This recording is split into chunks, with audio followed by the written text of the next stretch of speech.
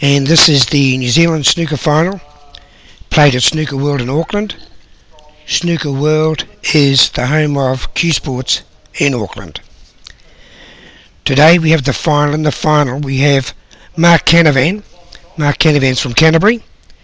And we have Paul Bason, and Paul Bason is from Auckland.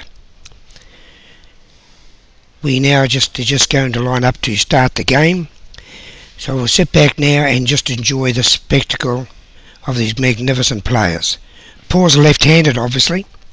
Paul, for those that are interested, has a John Paris 17.5-ounce cue. And Mark Canovan has a 17-ounce Robert Osborne cue. Yeah, anyway, I'd just like to introduce myself. My name's Tony Van Wyck.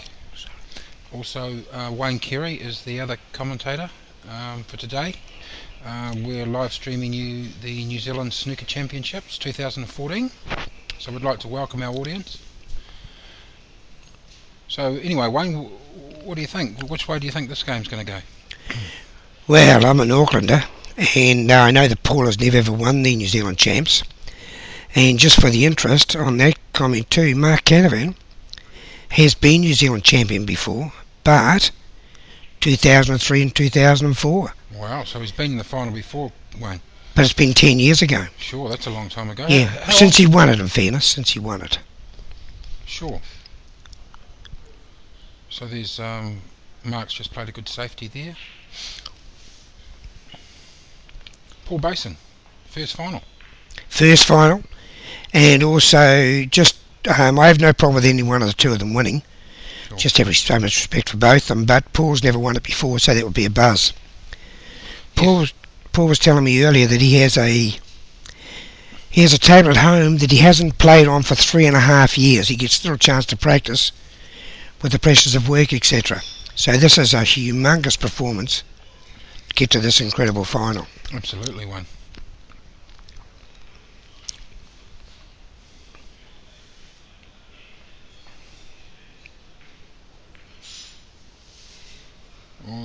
He just got a bit unlucky there. Both these players played very well to get to the final one. Yes, they did. Two very tight semi-finals. Went black to win in the... was it the 9th? Yes, the 9th frame. Henry Killian against Mark Canovan. Went 9 frames and it was won 5-4 by Mark. And honestly, wonderful, wonderful snooker. Safety play was excellent. Paul played very well.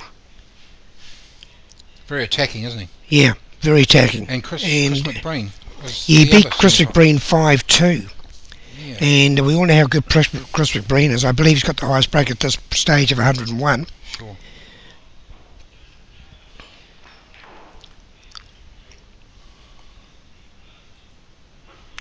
He's quite a tall man, our big strong boy. Mr. Bason, isn't he? He is. Very solid unit. He is. I've just been watching a few of his games over the week, and a very attacking player. He does. He's not scared of anybody. No fear, eh? And he'll attack, but his safety's improved. His safety, in my opinion, is the best part of his, or most improved part of his game now. Sure. Yeah, well, as hardened snooker players ourselves, safety is very important in snooker. It's all very well being able to pot the balls, but you've also got to be able to play safety when required. Is that right, Kerry? Exactly, Tony. I think that you just hopefully play enough safety until they make a mistake. You pick up what's around, and then if you need to, you go and hide yourself. Otherwise, you go for a decent break. But both these players are great break builders, which you're going to see very soon. Yeah, well, both these players have been around a long time, haven't they, Wayne? They have. So, we've got some lovely young talent coming through. They're being coached by Gary Gillard, and they really are under 21s. It's we've had a couple of ladies play in this tournament too, and they went very well. Is that Kimberly Brewer? Kimberly Brewer was runner-up in the plate in this event. Right. And we've got Des Wilcox. Des Wilcox, another young man. And another young guy, what's his name? As you're speaking to me, I'm looking for the program. He's a lovely player. So tell us a little bit about this academy they've got going at the moment, Wayne. Well, Gary Gillard actually is an IBSF coach. Sure. Sorry, I'll refrain that, an IBSF master coach. And it just doesn't get any better than that. He has laser light screening where he tests, where he can show people where they're going wrong, their angles, plus obviously their stance. And yeah, it just really is wonderful. So this academy, do they have a club rooms, or does he just go to different clubs? No, he goes to different clubs, right. All around Auckland. He's paid by the NZBSA, because Q Sport in New Zealand is absolutely flying. And then again, why wouldn't you want your child playing this? No fear of concussion. So tell me, Wayne, as a young guy, maybe looking to take up Q Sports as a sport, how do we get in contact with the academy? Tell us what we need to do to. Well, I guess you'd have to get hold of the NZBSA, right. Express to them, just obviously Google it, and just send them a little email saying you're wanting your child to learn Q Sport, sure. Be it snooker, billiards, or 8 and 9 ball. Right. And you've got, and we've definitely got the coaches in place to do that, no matter what area. Right. We've got coaches. So we're talking New Zealand wide. New Zealand wide. Right. Gary Oliver, 11 times New Zealand champion. He is an IBSF coach as well, and he's actually running a school in the Waikato on the last weekend of this month. I think it's the 27th. Sure. He's for over 2 days, and I think he's got a bundle of about 30 people turning up. Oh, very good. So yeah, it is, and of course billiards is the well, it's just a different game than this, of course, but snooker's just made for TV. And as I was saying earlier, there's Tony, no concussion, no spinal injuries, magnificent sport. And when your child turns up to play in a tournament on the weekend, he's guaranteed 4 walk-up starts. If he's the worst rugby player or soccer player or any of those other sports, if he's the worst player, they don't let him on. He gets on 10 minutes in a fortnight. Sure. And they might give him Player of the Year or Sportsman of the Year just to keep them happy. So in this game, if you're the worst player, you still get your walk-up starts, and sure. It's tremendous. And all it basically takes is a full cue. Yes. Some chalk. Yes, Tony. And a bow tie and a waistcoat. And you probably need, in this sport, you probably need only 2 things. You've got to be tall enough and have reasonable eyesight. Sure. So anyway, this is the New Zealand Snooker Champs 2014. I've got Mark Canovan. Where's Mark from? One? Mark's from Canterbury. He's from Canterbury, and we've got Paul Bason from Auckland. Both made the final. Both played very well to get here. We've had some, just so that the world knows, we've just had some technical issues. We're trying to get the score put on the screen, and unfortunately we haven't been able to. So we're just running a bit blind on it. But because we've got no, people are going to come down and tell us the score anyway, and as the game goes on. But it would just be a bit nice if we'd have had such. That's a nice safety shot. That is a nice safety shot. For those people out there watching, it's a best of 11 final. Yes, so best of 11. First to 6, is that right? First to 6, yes. So we're into a bit of a safety battle at the moment, aren't we, Wayne? We are. Score at the moment, for those that are listening, is 13-16 to Mark.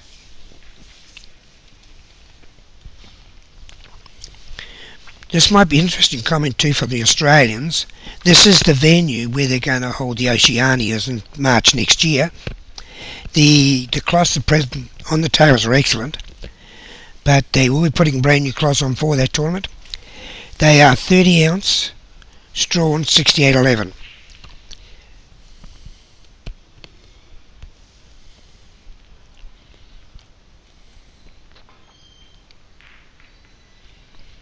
This could be a mistake. Yeah, there's sort of not much on down the bottom here though. He's got a red, but what position is he going to get for a colour? Good point, but what he might do is just take the red and he might just play safe after it. Sure. Oh, he's come out a bit. He's ended up hard on that red. He really didn't have a lot going for him there. No. I think he realised that because you did see that he didn't want to smash it or anything. He was quite straight on that, wasn't he? Yeah. Sort of couldn't even stun it out a bit. No, he couldn't. And of course, being close to the other red. These guys are wonderful players. So he'll be looking to play safe here anyway. Yes. Both players have represented New Zealand in the sport. I think Paul was even the manager for the New Zealand under-21 team at one stage. Yes, a couple of years ago. He took the under-21s away. And yes, so within the game, these guys just don't play the game. They also do those other little extras. We'd like to also thank Excellent Billiards for live streaming this for us today. Without their support, obviously you guys wouldn't be getting to see a wonderful final. And also Snooker World for their wonderful venue. Obviously without these venues we wouldn't be able to run our tournaments. And also I'd like to thank Wayne Carey today for doing the commentary. Just for those people that don't know, Wayne Carey is an excellent billiards player. He's now New Zealand champ billiards 2014. Congratulations, Wayne. Well done. Thank you very much. Just on Excellent Billiards, we're actually lucky to have Matt Edwards here today. He's just come back. Look at this. That was a beautiful plant, Wayne. Yeah, well, he probably made it actually. You could see by the safety he played. He's just obviously got to play safe here too, and you can't blame him. Because being the first frame, they're both feeling each other out that's too. Nice weight, wasn't it? Yeah, beautiful. He touched that round, did he? Yeah, touched it. Yep. Oh, that's a nice shot. Dan O'Sullivan from Auckland's a referee, and the other referee assisting is Andrew Weatherly from the Bay of Plenty. But just getting back to Matt Edwards, to give you an idea how good this guy is, we're lucky to have him here today. He's only just got back from Tahiti. Oh, that sounds nice. Oh yeah, but he was there on business. Sure. He is that good that the Marlon Brando resort up there got hold of him because he was so highly recommended, and they got him up there for 3 days putting up this magnificent pool table, and also obviously the game tables, table tennis, etc. Oh, he's missed good that. Effort. He's missed that. He has so too. That'll be respotted. It'll go back where that'll be a foul and miss. Right. But just to give you an idea, this Marlon Brando, anyone who's listening, Marlon Brando Resort, it's for an evening stay, it's only 7,500 Great British pounds. That's all it is an evening for a night. So it'll give you an idea how good this guy must be. They think he's that good that they can get him up there to do this. I don't think this will be respotted. You think he's going to play it from there? It's quite close to that red. No, he's decided not to because it was too straight. I think if he had an angle on that red, he close to that red too. Yeah, he would have taken it. Yeah, I think if he was a bit further away from it, he might have tried to stun it up for the pink into this corner. He would have. But he'll obviously, he's pretty happy where to be doing the same thing this time. Oh, he's missed that by a long way. Yeah. Just misjudged that a bit, isn't he? He has. What do you think? Yeah, respotted. No, he's going to respot it. This is one of those things where the referees are very happy when only one ball is moved.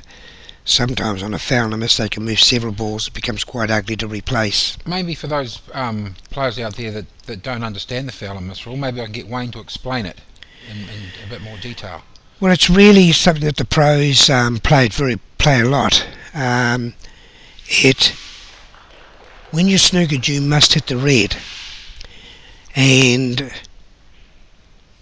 if you don't at this level, then it is the opposing player. Sorry, the player that created the snooker. He has got the right to carry on, or get the balls respotted. Oh, he's a bit brave on that one. So it's to stop people trying to deliberately miss. Sure. And I think the rule is quite strict in regard to even though it seems like an impossible snooker, because there's quite a few reds on the table, you're actually deemed to hit the red, aren't you? Because You are. Because if there was one red on the table, does that change the ruling a little bit? Or? No, only with snookers. If snooker's required, Yeah, okay. it only just becomes a foul if someone. So even if he's full ball snookered on that brown and the red's right down the bottom and he tries to hit the red and he misses it by a millimetre, Yes. it's still regarded as a foul and a miss. At this level. At this level. At this level. If you were talking about club or a lower level, then you would say just called a foul. Sure. But these guys are that good. Right. You know, anyone who watches Ronnie O'Sullivan, this is a beautiful game to watch. Sure. Well, I've obviously made the argument that, and again, it's a personal thing again, but in this sport, well, my argument is, and we don't want to run down any other sport, but can anybody tell me the school level of a 147 snooker?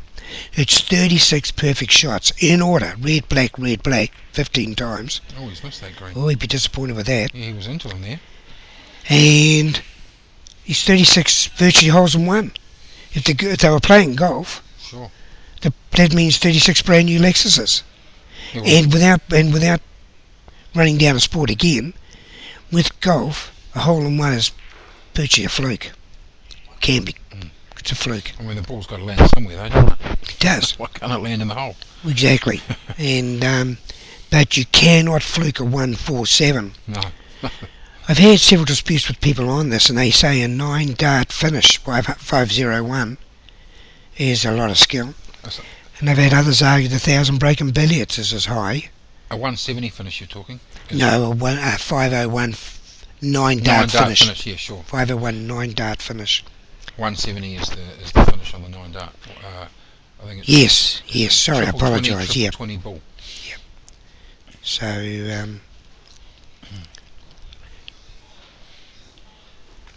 anyway, it looks like Paul's starting to string a few together Paul's here. starting to string a few together here. In the background, of course, you can see all the trophies.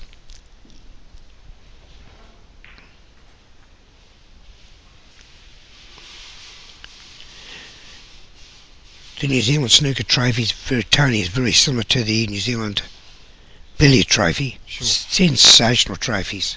Beautiful trophies. Yep, and I think the New Zealand billiards goes right back to 1908. Really? Yeah, tremendous. This looks good. Was it, who was our great billiards player? Was it Clark McConaughey? Well, Clark McConaughey's our own real professional. Right. But we've been very gifted and very lucky to have had some great players. Obviously, Brian Kirkness. And actually, I'm scared of missing someone out. We've had some more, but you would have to say that Dave Meredith from Canterbury is the one that the current players actually want to follow. It's a nice shot there from Mark. He's the one that he's our role model. Sure. And he's won 15 New Zealand championships. Wow. In billiards and 4 in snooker. Wow. True champion. Oh, wonderful player. And obviously in our snooker we've got the great Dino Kane. Yes. I'm just trying to think. Chris McBreen. Chris McBreen. There's lots of them. There's the Hayingers, Daniel Hainger. And his father Harry. Sure. And the great Steve Robinson. He was a good snooker player. Well, he played in this.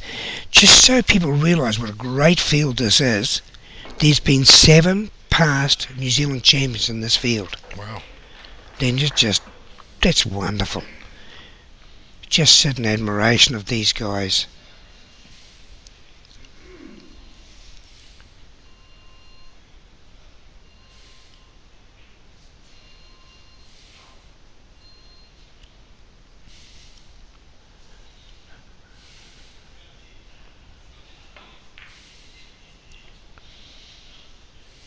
White guard? No. Yeah, Mark's played a double shot there by the looks of it, although he's actually left one up.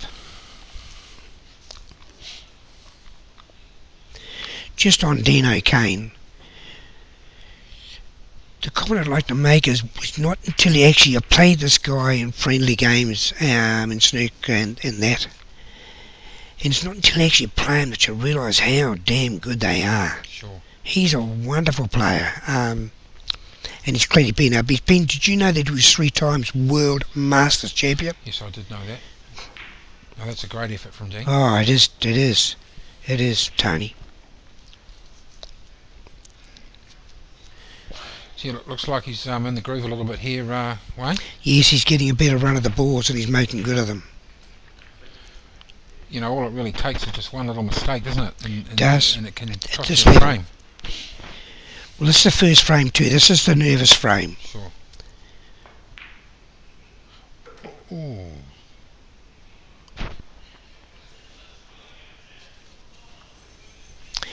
I'd like to apologise to the public around the world that we just unlucky not to have the scores up in front of us. We had it working earlier and it just crashed on us. So it's just one of those sad things that happen. Oh, Look at that. Beautifully, hasn't he? On a double. Yeah, he ran the risk and got it. Most people would say pool player would play that shot, but he's no pool player. He's definitely a snooker player. This is very good. Very confident, isn't he? He is. He just plays that confidence game. When he's hard. He is. He's not scared of anybody. No. He plays like that and... maybe just rushed that a wee bit, eh? Maybe, but I would say he'd be snookered here. Yeah, I'm not quite sure. Can anyone give us an update on the scores, please?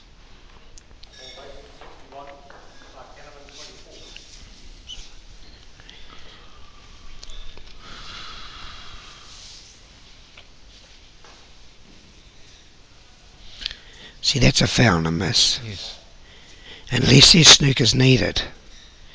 So because, and I would suggest that's what's happened there. Because it's not, yes, it has been called a foul and a miss. Right. Or has it? No, it hasn't. If snookers are required, he can't call it a foul and a miss. Can't call it a foul and a miss, right. No.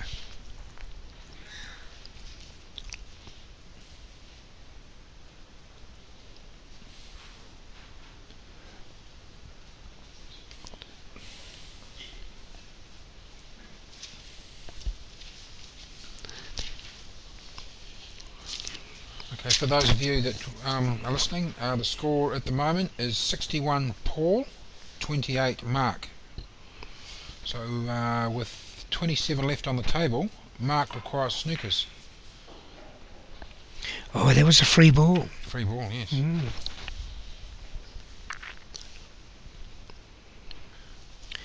So that's interesting. He still needs a snooker. For that.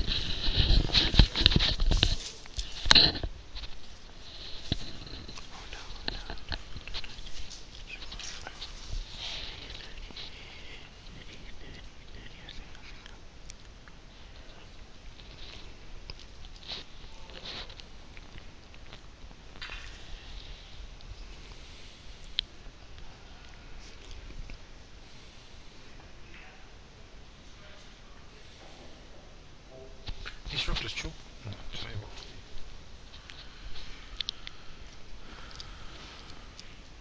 What do you think Mark's trying to do here? He's just going to what? He's got to get a snooker. He needs at least a snooker. I make it right now that there's he scored 32. 25. So what he's doing is taking the easy colours and he's going to try, I would suggest, to get a snooker from the pink and black, maybe? From the pink and black, yeah. Sure. Yep. And that's all he needs. He needs 6 points or 7 points, does he? He'll need what's he up to now? He's up to 35 and there's only 22 on the table. That's 57. Yes, he needs a 5+ snooker. Right. A 5 point, which is blue onwards for the public watch. Yes, and especially with the blackers. And he's working now how to get behind that black. He can obviously take the brown and then he will try and manoeuvre something. Maybe he might be going to...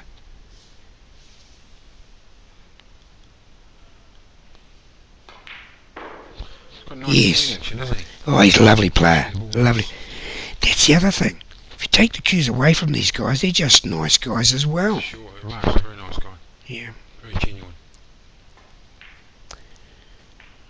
Okay, so he's rolled up to the pink here, so what's he going to do here? Well, I'm a little bit miffed.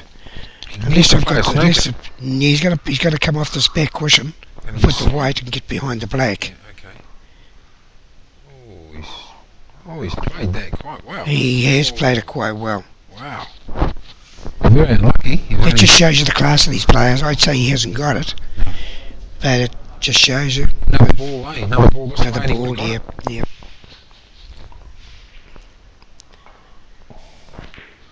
Well, at this stage, I'd say Paul's looking favourite to take this first frame. He is, but the class of both players, I'm certainly not going to count Mark out of it. Mark's got a lot of experience behind him. A little history about Mark. He went pro back in the 90s, wasn't it? I honestly don't know when it was. He did go pro. He went to England, went pro for a while. To be honest with you, I don't know the dates. Sure. Oh, Paul will be disappointed with that. Paul had a big chance then. And he knows it too, because he stood there and glared at us. Giving him a chance here to maybe get a snooker here. It's a toughie. It's a toughie. You need to play this with dead weight, really, wouldn't you? Try and get him behind that black. But not pop the pink. Well, it's almost, if he's not careful, I think he just might try and put the pink safe somewhere. It's a wonderful effort. Bad luck, always in trouble here.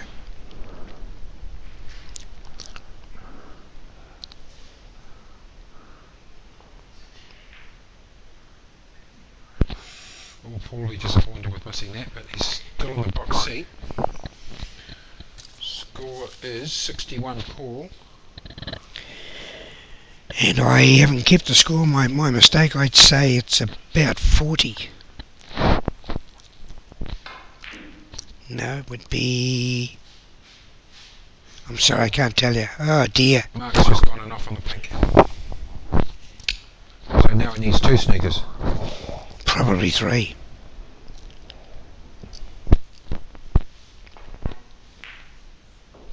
We don't need to worry about it, yeah. Well, for those viewers out there watching, it's our New Zealand Snooker Championships 2014, and I'd like to welcome Wayne Carey and myself, Tony Van Wyck, to an excellent final. It's 1-0 to Paul Bason at this stage.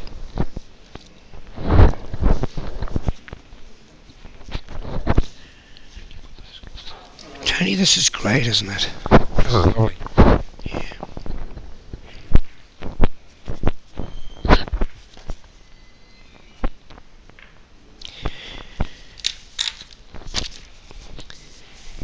Yeah, I'm sorry, it just took a little while there. He just had a phone call from a friend of mine. He sold his house, with Bailey, because as you know, the Auckland market's right up there. Victoria Bidwell from Bailey sold it, and he was telling me that she's the second top salesman in New Zealand. Wow. Yeah, that's incredible. By the way, it was over $1 million, 1.4 million. But that's Auckland for you, unfortunately. So and he's pretty delighted, I've got to add. He's thrilled to bits. He actually knows Victoria's husband, Steve, very well, and that's how the association happened. But there's another comment too. The John Bailey himself is a real snooker buff. Really? Just loves it. Oh, well, I hope he's watching. Well, that's the other thing with this game. Age is not a problem.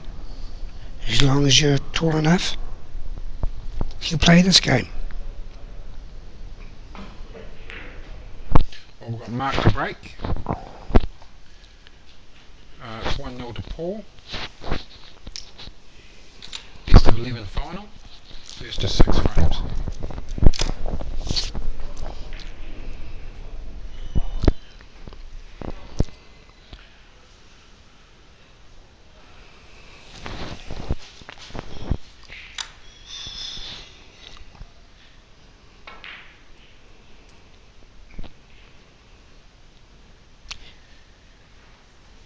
Paul's a confident player, isn't he? Very confident. Yeah, lovely left-handed.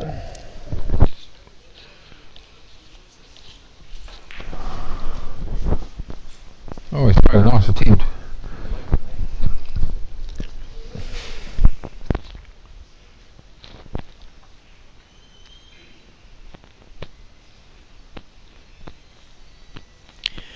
Tony, do you play a lot of snooker, or are you mainly into 8 and 9 ball?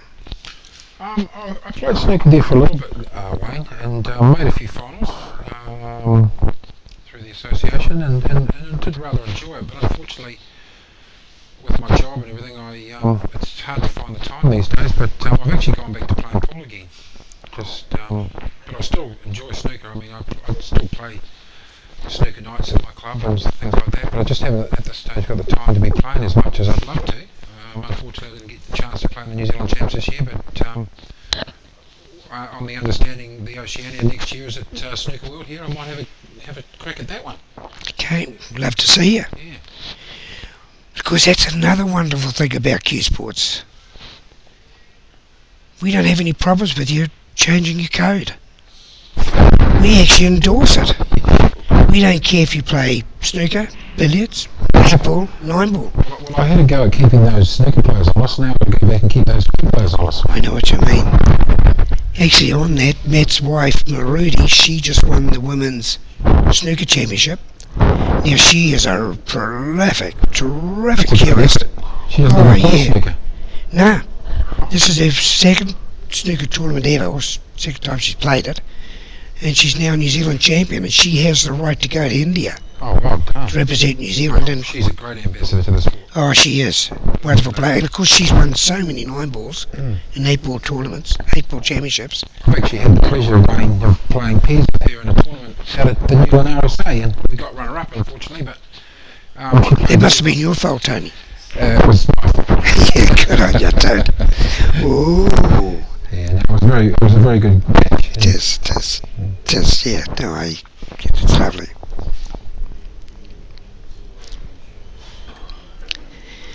Yeah, I wonder if Sonny Bill Williams will come and play this game. He's chopping codes a wee bit. So this could be his next lot. Well, he's certainly an all-rounder, isn't he? Actually, I admire the guy. Everyone runs him down, but... No, I don't run him down. Oh, he works hard. And absolute athlete. Yeah, exactly. And everyone who has anything to do with him will make that comment. Wow. They're just jealous, that's all. I think so.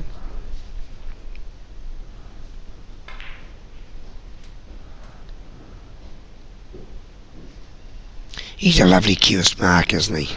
Yes, they're all so sweet. And he gets quite low on the ball too, doesn't he? He does. I see he's got no fear of getting any hair on his eyes. Are you getting that way a little bit yourself? I am definitely that way. It's the look now, isn't it? And no, it's to save money on shampoo. Oh, I haven't got that problem, unfortunately. Actually, I've got to be careful now. They say 17% of your body heat goes out through your head.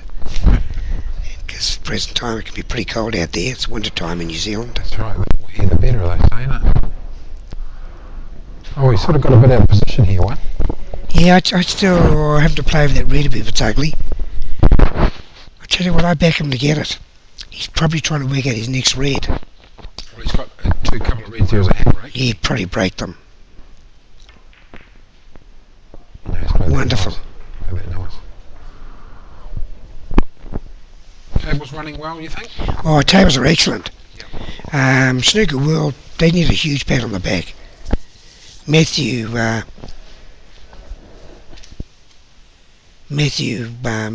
Edwards, I'm just watching the shot here.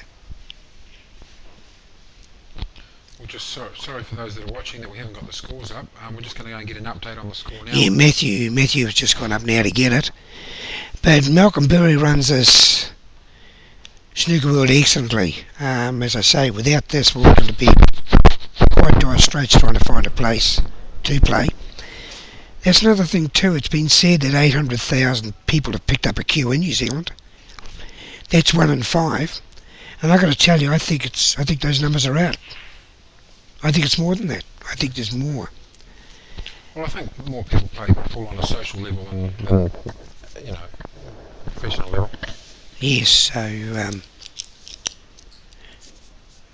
as I understand it, Mark's currently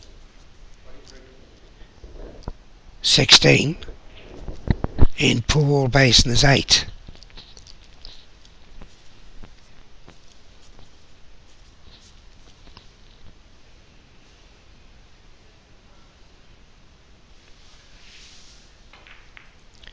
He's backing himself now. For those snooker players out there watching, Mark key to good snooker is to keep still and just use your arm like a pendulum. You watch Mark when he cues. He's very, very focused, very still, and he plays through the wire. Beautifully. Do not drop your head or your shoulder.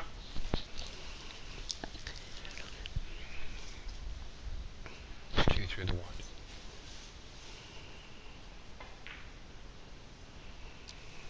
He's good around that black spot, isn't he? He is. He is. Very composed. He is.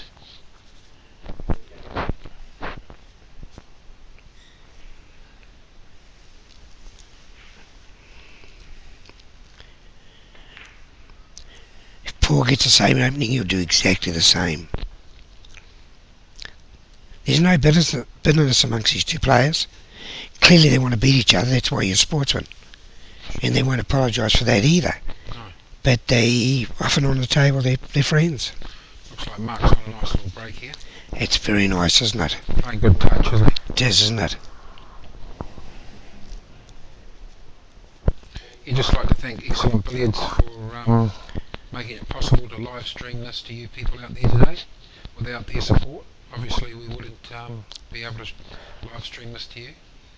And also, we'd also like to thank Malcolm Berry, Snooker World here, for having such an excellent venue to hold these tournaments. Without this venue, we wouldn't have tournaments like this.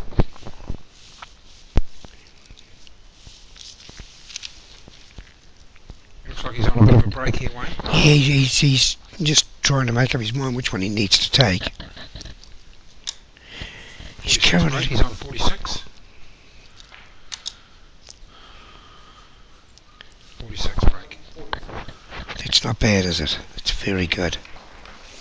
So it's 46-8. I'm sorry, 46-8.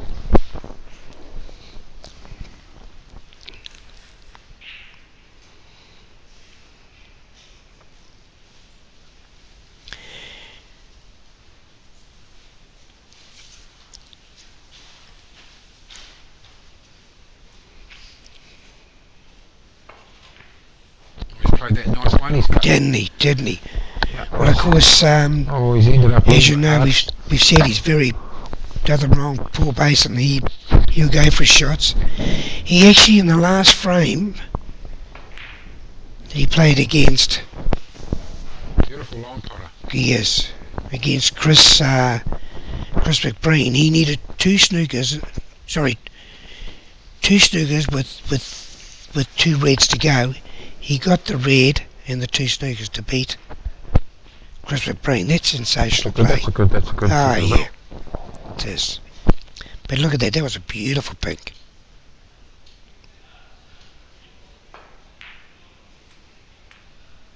Play that nice. Yes. Now he's amongst them here now, Wayne. So he should He get is. a few here.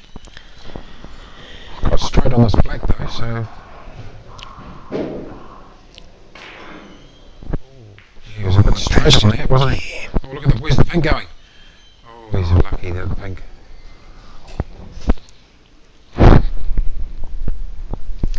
Paul will be annoyed with that. He will be. Just got a bit straight on that black, didn't he? Yeah, and he tried to punch it around.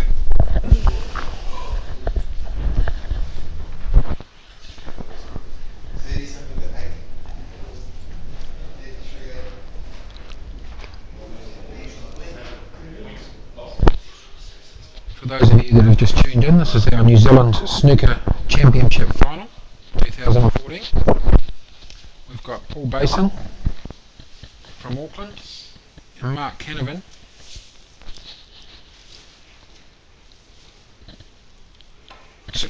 The score at the moment is Paul Bason 16, Mark Canovan 46.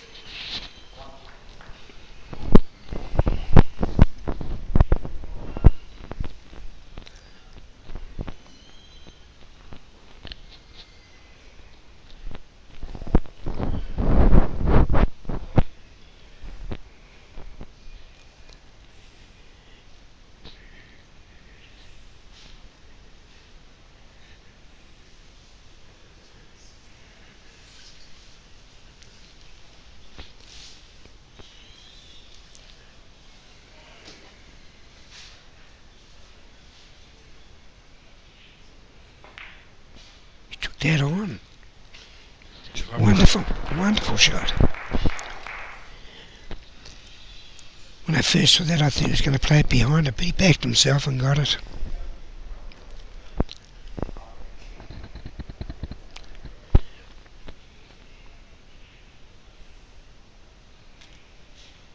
Mark's in a good position here to take the second frame. Yes, he is. Only the one red. The one red's ugly. Yeah, that's right. But by the looks of it, he may not need it.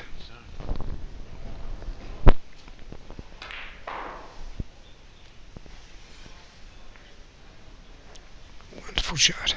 Played that nice. He did. Now he's amongst them now, so he'll probably be looking to either get up for this black. Would he be doing that, or does he like the pink? Well, that pink looks hard up against the rail here, Wayne. But I'm thinking if he plays this red just to maybe this black's on in this corner here. But you could be right. No, it might be the black actually. It's hard to tell if the black's on from here. No, I think it's on from there, Wayne. Yeah. So he's got amongst these reds here, and he's only got that one difficult one on the rail here.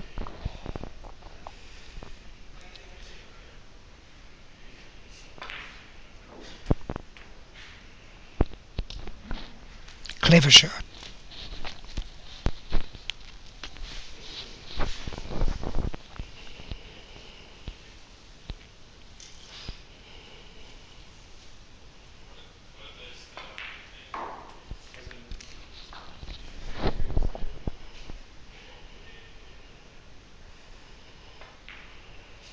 He's in the groove now, Wayne. He's just a bit light there, but it's going to take him. I wonder if he'll disturb the other red off this. He's got to come up a bit short on that one, isn't he? Yeah, but he might just disturb this. No, he's not going to. No, he's playing for. Looks like he's playing for a ball colour. He's playing that beautifully. Yep. Got good table knowledge, isn't he? Well, the yellow disturbed this red. Brilliant. We'll just get him behind it. Oh, yeah. Bad luck. Yeah, was it? I probably would have played that brown.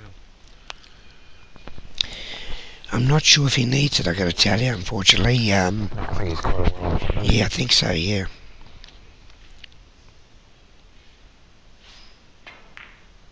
Not sure how to go. Obviously, being that far in front, you can afford to have a go.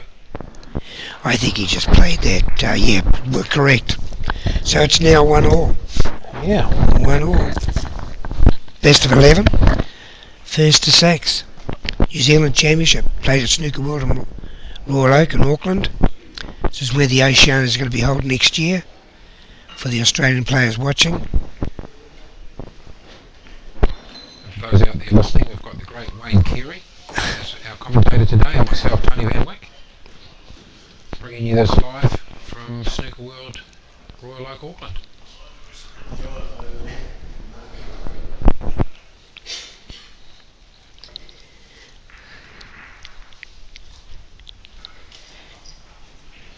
There's now Dan O'Sullivan, he's actually from the Waikato, Hamilton, but he's actually a member of Auckland. So Dan does an enormous amount of work for Q Sports in New Zealand, enormous. Very good ambassador for the sport. He is.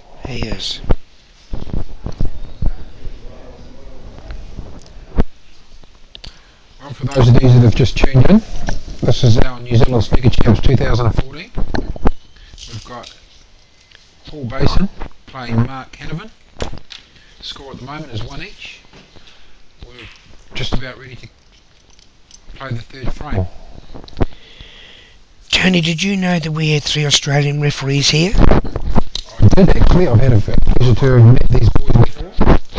Very nice gentlemen. Very, very nice, and they're beautifully dressed, and they just love coming. They actually love New Zealand. Steve Cowie has told me that if he could talk his wife into it, he would come to New Zealand. He would come to New Zealand and stay. He really does like it. Does he like it here, does he? He likes it here, yep. And that's quite a change, isn't it? Because most people are off to the Gold Coast. So, yes, so... But, so Frank Galanos from Australia. Nick Valsiani. He's actually from Perth, Nick. Frank's from Sydney. He's come all the way from Perth, is he? Yeah. And of course our very favourite Steve Cowrie. Steve turns up for most of the billiard tournaments. He will be again at the New Zealand Billiard Champs, New Zealand Open at Billiard Champs in the Waikato in September. Right. And they're actually world ranked this year. Wow. They're world ranked. We're going to have players playing in that have had 1,000 breaks. Wow. That's incredible. So obviously being a real ranking event, you'll get players, international players over. We will. Right. We will. This year we've got 2, both in Hamilton. Next year we've got 4. Really? Yeah, 4 over 15 days. Christchurch, Wow. Auckland, and 2 in Hamilton. The idea being we want New Zealand to see this class. Yeah, they're just, and also these are the sort of guys you could take them home for tea. They're actually nice guys. Sure. So what publicity is there out there, that, so that people know that this is actually going on? Well, that's the problem. I'm actually embarrassed you asked that question because our problem is we're still playing. We're not broken down football players trying to retain a living. Right. We're still playing and we don't get a chance to advertise our game. Right, well, who can we, look to help promote our game? Because I think this needs to be looked at. Well, like I said, there's said to be 800,000 people in New Zealand picked up a cue. The Roy Morgan recent survey said that 313,000 people in the last 2 years have picked up a queue. Really? So that just gives you an idea. When you go overseas, everyone pays us. You go to any country in the world, they play our form of cue sports.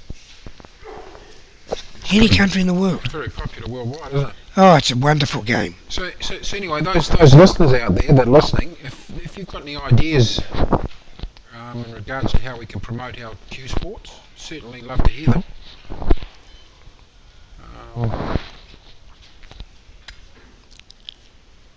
Yeah. To do that, I would get it. Just Google NZBSA website, and just simply we'll listen to you. Yeah, just put down a few comments. Yeah. Anything that may be of interest that could help. We'll listen to you. Honestly, we're real keen.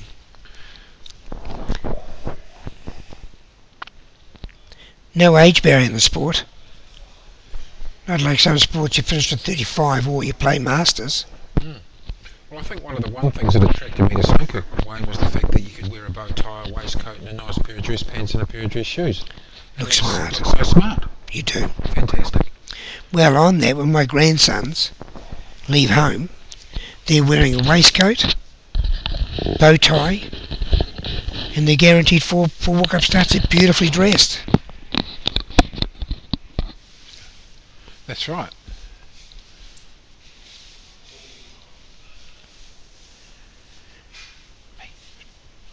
Tony Mark's just doing some nice stuff here. Look at that stance now. You can see the whole stance there. Oh, he's just missed that. A little bit scrappy, this frame. Oh, I think Paul will take this. Sorry, not the frame. Paul will take the shot on. Sure. And actually back him to get it. It's a bit tight. No, he'll use the black. No, he hasn't had to. That well. Yeah. Is he on that black? Or? I think he'd be going for Big, blue. strong boy, isn't he? He's a big boy, alright. Big unit. Very nice man. Yeah, he is. He is. Gentle giant, we call him. Paul's actually been around the snooker scene for a number of years. Oh, he's just jawed that, Wayne. What a shame. He'll be disappointed with himself at present, I can tell you now.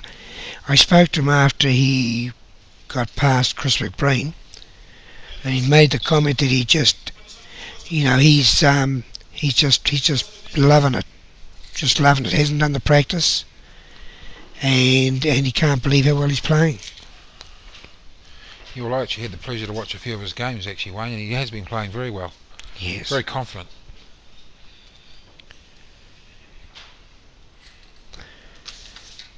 Like I said earlier, we had 7 players past past New Zealand champions playing in this game, playing in this particular tournament. And one of them, Peter de Groot, actually made the final of the billiards. Really? Yeah, he did. Did he play you? Yes, he's a beautiful, wonderful player. Does he still use a short cue? No, he's, well, that's another story too. Someone stole his car years ago. Oh, yeah. And they drove it away. They actually found his car. Are you ready for this? Yes. He went along to pick up his car and there was no queue in the back seat. And apparently he walked about 30 metres into a farmer's paddock and there it was laying in the mud.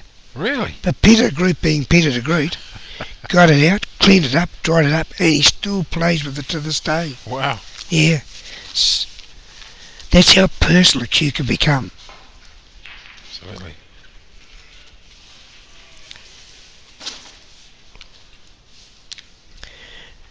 Steve Robinson, he made it through to the quarters. And the billiards? In the snooker. On the snooker. And he's been New Zealand champion several times. Lovely player. He's got a real terrific cue action. Would it be the best here? Hard to say. But certainly one of the best. Oh yes. Been around a long time, Steve.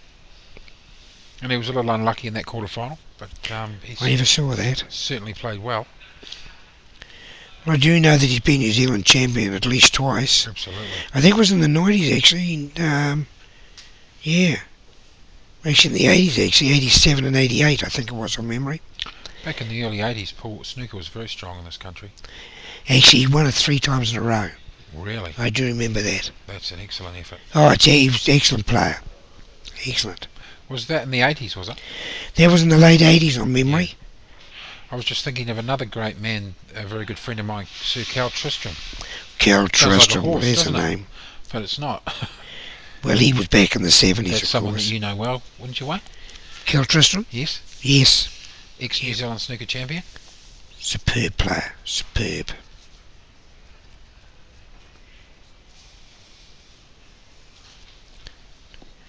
Yeah, Steve's one actually.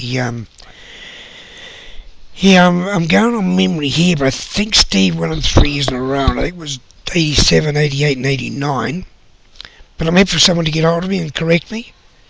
Will Belmont's another player that played in this tournament. He won definitely in the late 90s, or early 90s. On Chris McBreen, who got beaten in the semis.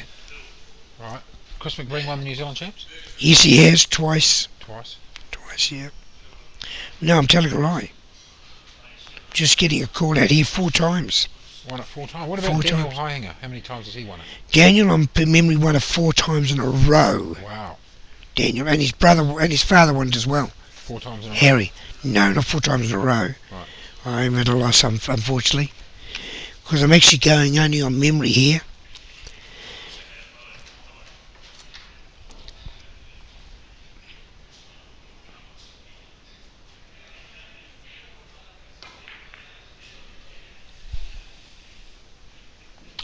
Well, it's got a little bit scrappy here, Wayne. It has. And it's been a long week for these boys, you know. It has. Oh, it has. I mean, you've got post-section play, best of 5. Yes. Round robin. Yes. And then you've got your post-section play, which was, I think, best of 7. There was over 40 players in for this tournament. 40 players, yeah. From all around New Zealand. Sure. As I said, a couple of the ladies. We had a couple of ladies in the yeah, and Nita Clarkson was in there. Nita Clarkson was runner-up to Marudi. Wow. In the snooker. Okay. And she's dabbling in a bit of billiards, I might add. And so's her husband, Neil. Okay. Both great curists. Sure.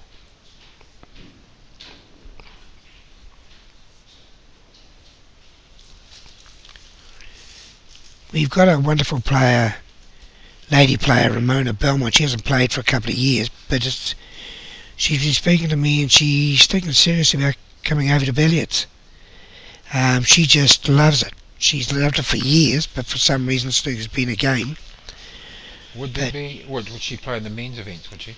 She can do, but they do have women's worlds events, billiards. Okay, but there wouldn't be any other billiards events here in New Zealand? No, if we got a big following we probably would.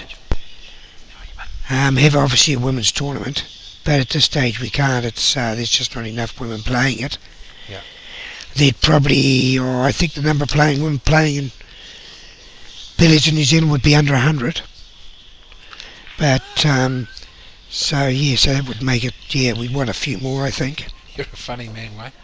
Oh, what's happened here? He's potted the blue. He's put a lot more actually. The referee's scoring more points than they are at the moment. I think he finds that a bit funny himself. I think he enjoyed that comment. Look how straight he is. He is, isn't he? He's composed. Yeah. Look at that elbow.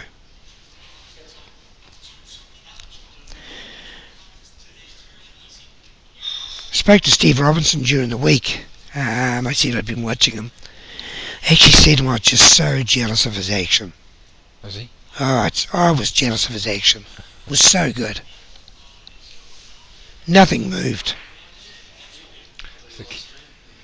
Well, nothing moved on his body. The balls were going in the pockets. The ball's moving. Yeah, the balls were flying.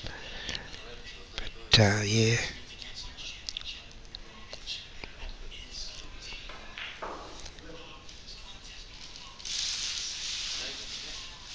This is pretty. Actually, got the pleasure to play at the Whangamata Club for the New Zealand RSA Pairs, Wayne. Wow. Yeah, beautiful club down there. Well, what a wonderful beach site. Oh, fantastic spot. Yeah. I mean, absolute pleasure to play there. They've got 6 snooker tables down there. The club's massive, and they run the New Zealand RSA Pairs. And I got runner-up again this year.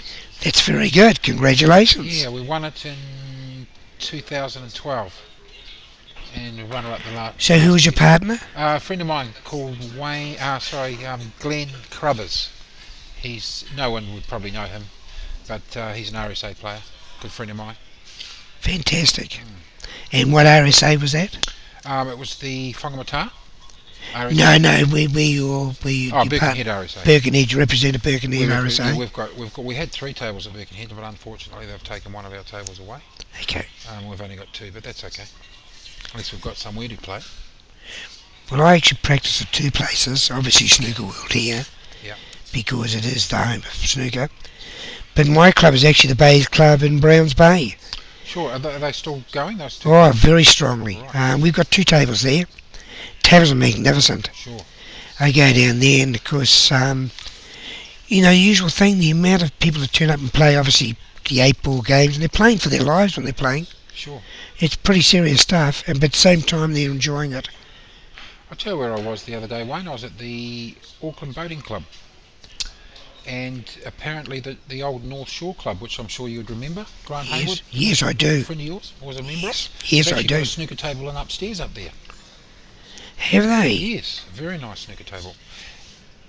So talking of Grant Hayward, he's one of the fine cures of New Zealand. That's a nice read. And as we say, we don't care for code jump in our sport, but he's actually representing New Zealand in pool, snooker and billiards. Well, just a minute there. Mark's just missed a straight black there into the corner. Sorry, Paul. Gee, he'd be disappointed. He would be very disappointed with that. I'm just wondering what he'd be thinking. What he'd be thinking, Tony? Think he'd be thinking opportunity missed. I mean, you've got to take every opportunity you can in the sport, don't you? Yes.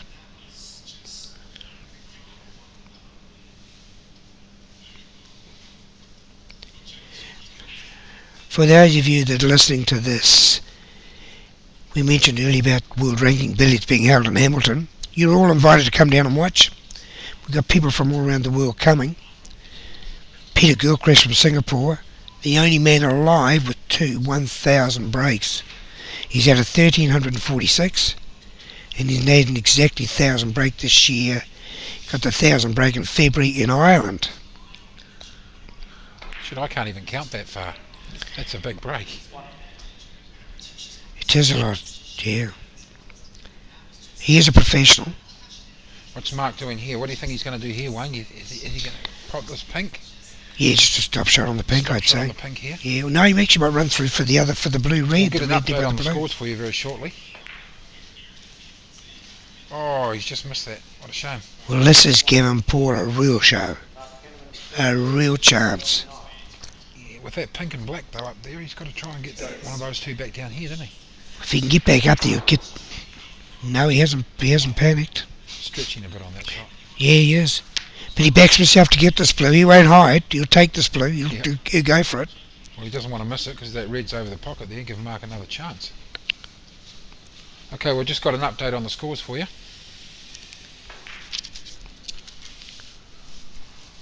It's Mark's 33 and Paul Bason's 9 stage.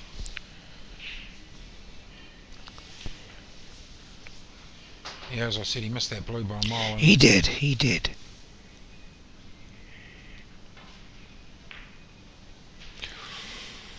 Oh dear. It's got a little bit scrappy actually, Wayne, to be honest. I think they might be a bit tired, eh? Well, no, I just think it's the final. Yeah. And, final is race day. This is race day. This isn't practice day. Sure. And race day's different. Sure. You can practice 25 hours a day, 8 days a week.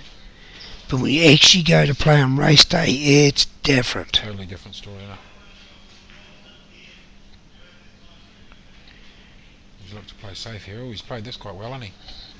Yeah, now he's actually covered the pink and black here. This could be interesting as the game goes on. This could be really interesting.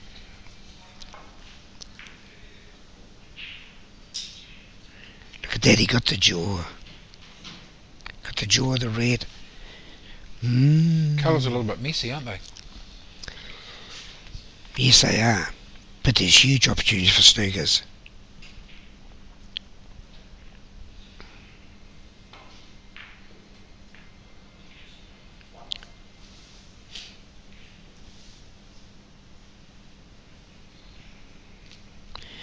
See, interesting enough, I think all those colours could be covered. Oh no, looks like the brown might be on. No, it wasn't. He played the snooker. Yeah. Gee, you're right, Tony. Look at those colours. It gives me snooker. Lots of snookers coming up, I think. With Mark being ahead, Paul needing a few points, I'd say snookers are definitely in order.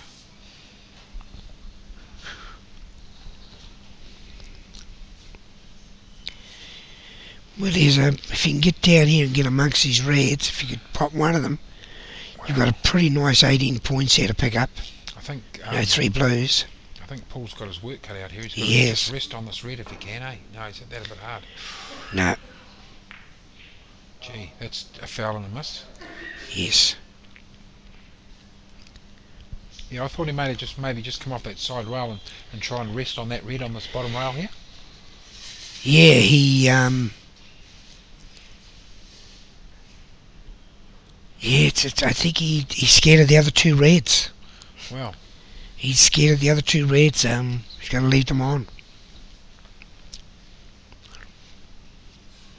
That's the only reason why I think he's going for it again here. He is an attacking player. Yeah, no, he's played that nice. He has, but he disappoints at the same time. It wasn't an easy shot. No, it wasn't. It's always the problem when you actually are in that position, is to actually get a good safety out of a snooker. That's the key, but I think he's played a fairly good shot. That's a good angle, isn't it? Isn't it? That's the better angle. That's a nice angle. Yeah, nice. That's a lovely shot. Beautiful. Played that clean. Well, this clearly looks like a little 18 points here to pick up with these last 3 reds.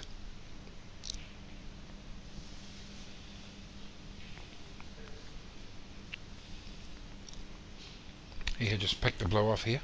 I think, yeah, red, blue. Oh, he's just a little underdone on that, isn't he? No, he's just sent it down the bottom. Okay.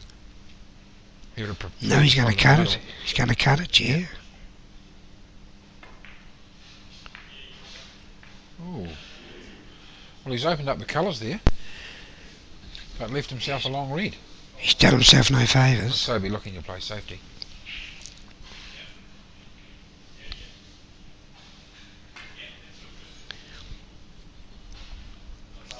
Clean missed. What happened there? That's a foul miss. Wow. I wasn't expecting that, were you? No. No, well, he must have. I'm wondering if he touched the pink with his cue. That's why it's clean missed. He could be regretting that shot. Because now that all these colours are out in the open way. Well, I think he needs snookers. Oh, right.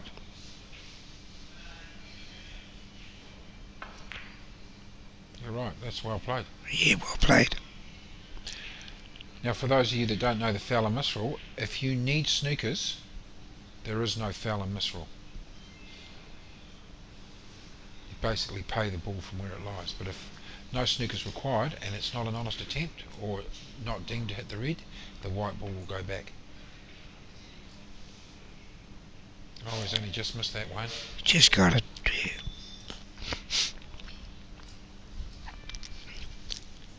This is ugly. He's played that nice. Yes. 4 marks. Mark, that was quite a big mistake Mark made on missing that red like he did, didn't he? Just mistakes like that can cost you frames. Oh, he's missed that one too. Oh dear. Well, now that I don't, just not sure how many snookers he still needs. Get an update very shortly, and we'll let you know where we are with the snookers. But I would say, if snookers are not required, Paul will be going for this. Okay, we've just got an update on the score, and the score is Paul Bason is 23 and Mark Canovan is 50. So it's 27. We can win with them all. He can win with a lot. Yeah, and he's going for it. Yep. So Mark's basically let him back in here, one. So if you're a bookie, what odds would you make on Paul clearing the table here? Well, you'd have to give him... Well, it'd be 50-50. I'd still be 50-50 on this. I'd... To win the frame, you mean? Yeah, I think he'd be disappointed with that, I gotta tell you. Yeah, he did. Yeah. But we had a meeting with... he's still playing the snookers. Yep. Well, I think that's the better option at this stage. We had a meeting with the TAB, only Alan Paris, president of the NZBSA, was in Auckland got 7 there, for this. Now on 30, so it's 30 to 50. Is that right? We had a meeting with the TAB and they're very keen. Whoa. He's missed that too, isn't he? So now the foul and miss rule comes into play, and also the free ball rule comes into play. Well, this would be a free ball. So this blue counts as yellow, counts as 2 point. Yeah. Now on the TAB, they made the big comment that live snooker is very interesting for them because they get lots of betting on it. Really? Yeah, they get lots of betting on it. And if we can get live snooker, New Zealand on the TAB, right, the TAB are very happy to take it. If we get it, yeah. Well, that sounds Now that was, we actually, Alan Paris and myself, we had a meeting with Mark Stafford and Monique Cairns. okay. And this Monique Cairns, she was intelligent. I'm really impressed with some of the comments she was making, because I was saying how our sport's not mud. We'll just get to this. Go back to this frame just for a minute, Wayne. Paul's looks like he's cleaning up here. If he can just pop these 3 balls, he'll win this frame. We'll get back to the TAB in a minute. We'll just watch the end of this frame. Oh, and he's missed that one. Oh, he had every chance of winning that. He did. Mind you, there's something to give me. He's still got it.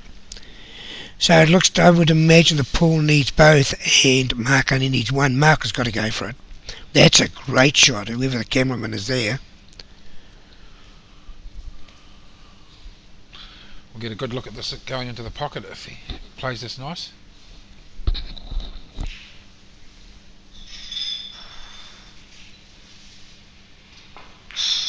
Oh, he's played that perfect. Yeah, well done. Wow, that's a opportunity lost for Paul.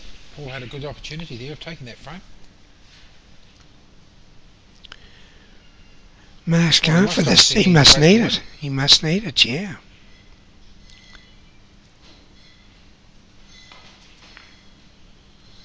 Oh dear.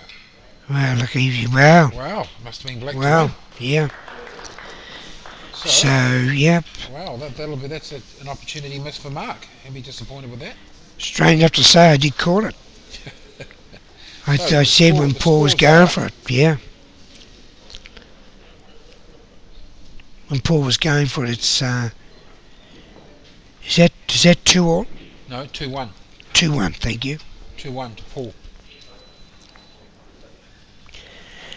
Yes, as I was saying with the New Zealand Racing Board, we had a meeting there with Mark Stafford and Monique Cairns.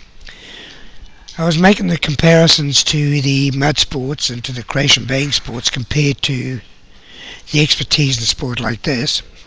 For instance, this game is sort of played in a cathedral-like atmosphere, whereas with football you've got 60, 80,000 watching and making all sorts of noise. So that's one of the problems that we have. Sure. And she was right onto it.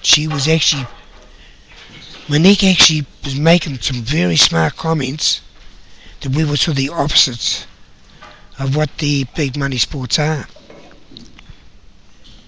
Sure. But they do say that Sky Sport is going to be broadcasting live TV, live snooker from England very soon. Okay. And they will have huge betting on that, just like the darts. So how do they do the odds? Like obviously, if the punters don't know the players, how do the punters get to know who the players are? Do they have a? Be very aware. Snooker's an extremely popular sport. You said to anyone, Ron O'Sullivan. Sure, but I'm talking about New Zealand players. I'm not. If you want the TAB to follow New I Zealand. know, it probably wouldn't be. No, this is the European scene. Is the European League. Okay. Yeah. Okay. So yeah. The closest thing we've got right now, of course, is young Robertson from Australia. Neil Robinson. Yeah, he's player. great left-hander. Right, now we're into frame 4. We had Mark Canovan to break.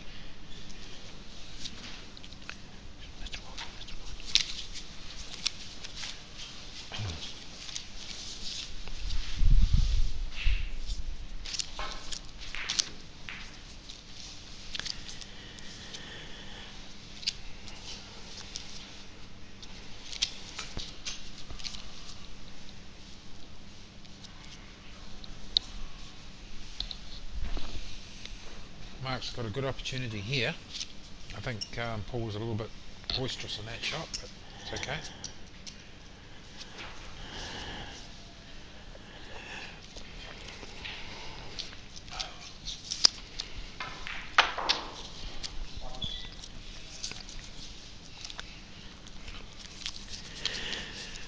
Paul Bason's got to be through with that last win. Yes. Because you wouldn't have wanted to be on him, halfway through the frame. Well, he should have taken the frame himself, but unfortunately Mark gave it to him. Unfortunately for Paul, anyway. Okay, well here Mark's looking to take the yellow and get position on this really out here in the open. He may be a little bit straight on it.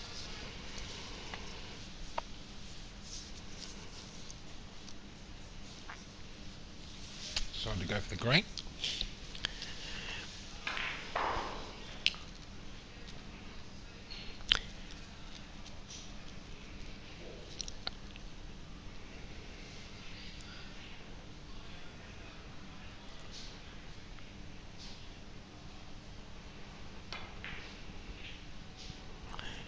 Oh, he's missed a few today.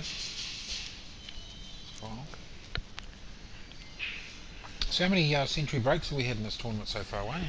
I think we've only had the one. No, didn't Steve Robinson get one? We've had 2, is it? I think Steve Robinson got 103. Did he? I apologise. Yeah, no, I wasn't here when that happened. Yeah. Well, that was a big let off for Paul here. Because remembering too, these are world pockets, world size pockets. Right. They're not big. They're tight. Okay. Or was he sneaking himself on that black, or was he on it? No, he's on it.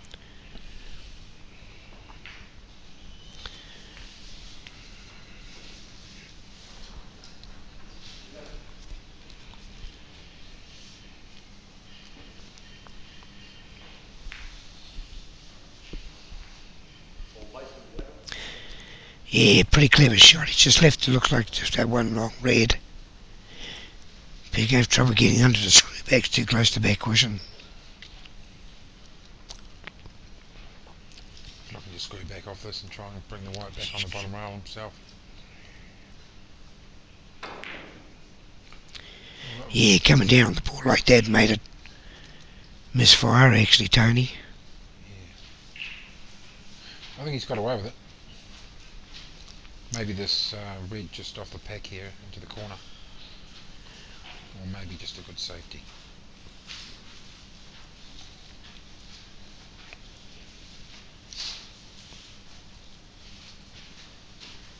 Just like to thank Excellent Billiards for bringing you guys a live stream, and also Snooker World for its venue for holding the New Zealand Snooker Champs for 2014.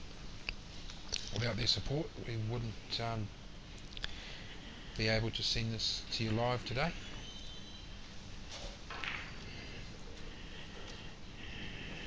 Good job, Paul. See, that's poor Bason. If it's on, he does the business. He goes for it. He does. He's a confidence player, absolutely. Yeah. Looks like he played that with a little bit of side. Did that well, didn't he? Yeah, he did. He played that nice. Have you looking to what? Pop that red, get on the blue, try and get that back down here onto the. I'd say the blue. Yep. I'd say take the free red if you got a chance. Yep. It's a free red down here with the black, and then he manoeuvre himself amongst those reds. Play that nice. He's very good with the jigger too, Paul. He is. He is. I have to admit, for a big man, because obviously being tall, you don't use the jigger as much.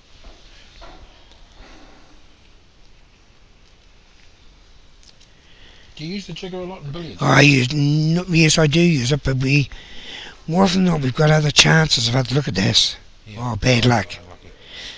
They might leave a red on the back by the looks of it. No, because we've got chance of using 2 and 3 cushion cannons. Yeah, sure. Sometimes we play that instead. I think he's looking at a plant here. He is. Or is he looking at that outside red? That top red, eh? Yes. Great angle. Great filming. Yeah, we've got 2 camera angles. Got the front view and the side view, which is good for the viewers. Yeah, it's great that being having a contact like Mark Edwards of Excellent Billiards. Matt Edwards, sorry, I was thinking of Mark Canovan there. My apologies, Matt, when he listens to this. Whoa. And of course, the other thing too that people don't realise, Matt's on his way up to Tahiti again. Does he need anyone to carry his suitcases? I think his wife's going to carry them actually.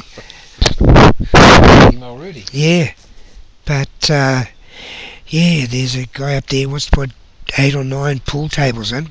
Really? Yeah. Well, that's how good this Matt is. Wow. How many people go from New Zealand around the world putting in pool tables? Not many. No. If any. I think Matt's got other attributes too. He's got a lovely personality. And nothing's a problem. Whatever you want, he'll do. He actually puts the tips on like you. Do you know how much he charges me? Nothing. Wow. He is a good guy. Yeah. Well, he more or less makes nice comments like things we do for the sport, and he's happy to help us out. Sure. But, Yeah. Maybe he feels sorry for me.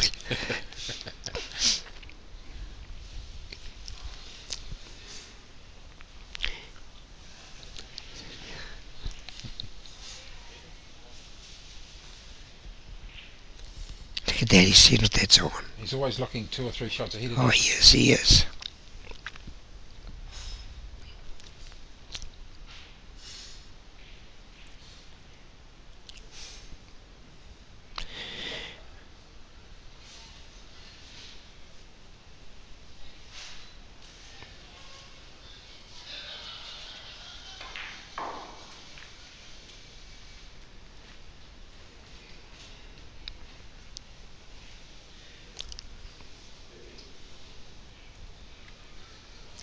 So this is the 4th frame.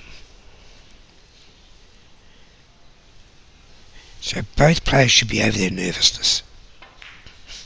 Do you think with the Oceania being here this year that we'll get a good contenders from Australia this year? Or Oh, next year? absolutely. We wouldn't get Neil Robinson or anything like that, though. Wouldn't get Neil Robinson, but Steve Mifsud, being a world champion, a world amateur champion. Really? Yeah. Yeah, no, I know his brother. I used to play pool with his brother. Well, he apparently he's got a chance to go on the pro circuit, Steve. Okay. And Misfit. Hang on, I'm thinking not Misfit. There's another young Calabrese. Calabrese, well, I think he's already over in England. Calabrese, yeah. Yeah, well, I used to play pool with his brother. Oh. You know, that Calabrese, he can pot. He's a great player. And of course, the Australians, there's just so many to mention. Sean Butt. Sean Butt, Joe Manici. Joe Manici. Is there a nicer guy in the world than Joe Manici? Is that right? Thorough gentleman. Sure. Craig Lovely. Duffy, does he still play? Craig Duffy? Remember him? Don't know. He's a 9-ball player. Don't know.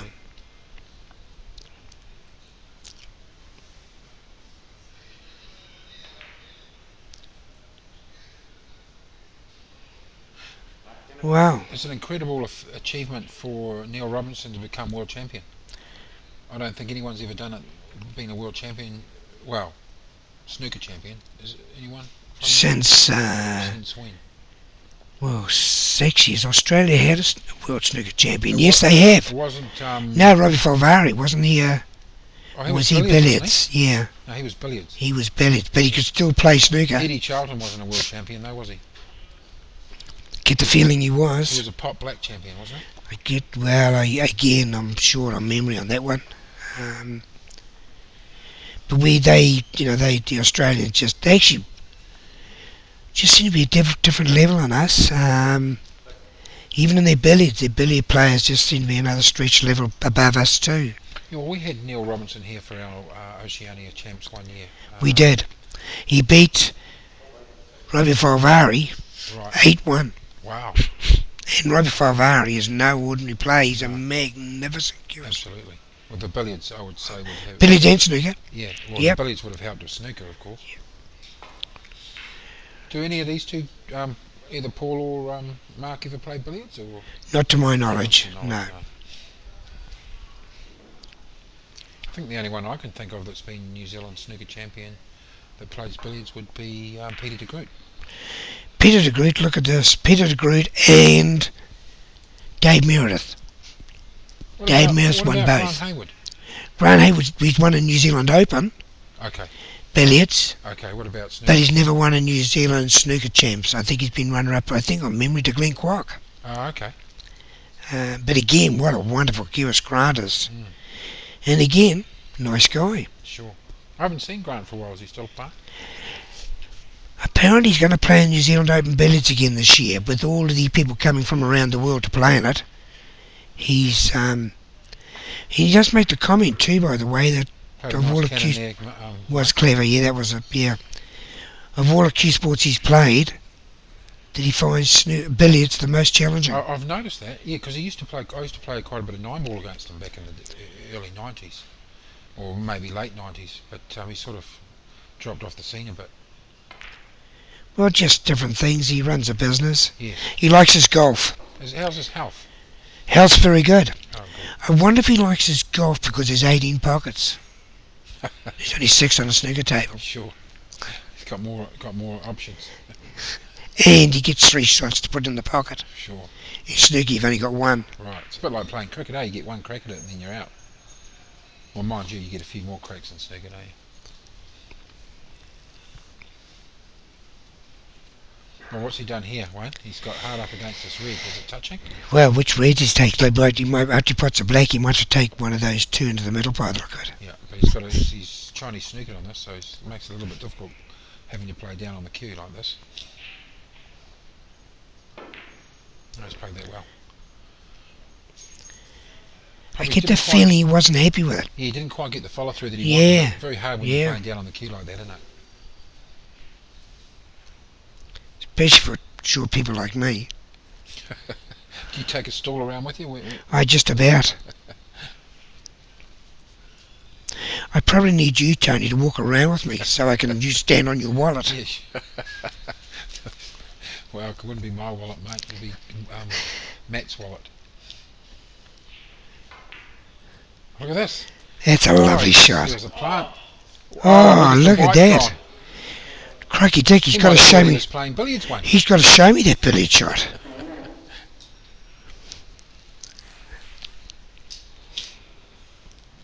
Wow. Wow. That's a little unfortunate. What a cruel game. Well, see, if you'd played that shot, you would have known the white was going in there, but he didn't know the white was going in Not there. only that, I'd be in balk and I'd just go off this red again. Well, let's give Paul a bit of a break. Can we get an upskate on the score, please?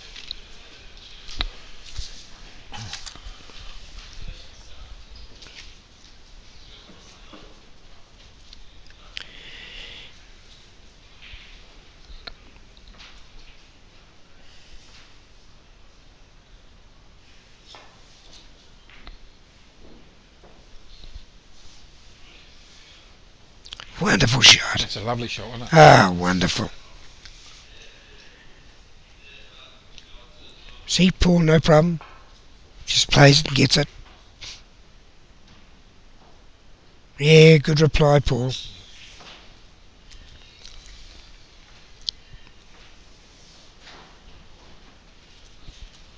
We've just got an update here on the scores. Oh yeah. 2-1 to Paul Bason. Oh yeah, it's 2-1 to Paul and Mark's on 38. Mark leads by 6. Yep. Mark's on 38 and Paul's on 32. Oh, what's he done here? Oh, he's disappointed with that.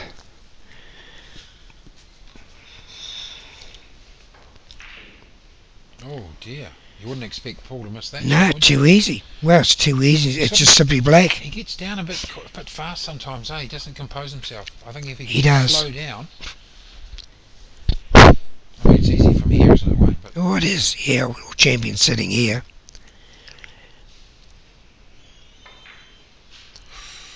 gee, those pockets must be tight, eh? They are. They are, and they're also unfriendly. You get a jaw, it doesn't go in. Sure. Yeah, it wouldn't be often that you'd see Mark miss a shot that close. No, well, Paul either. Yeah.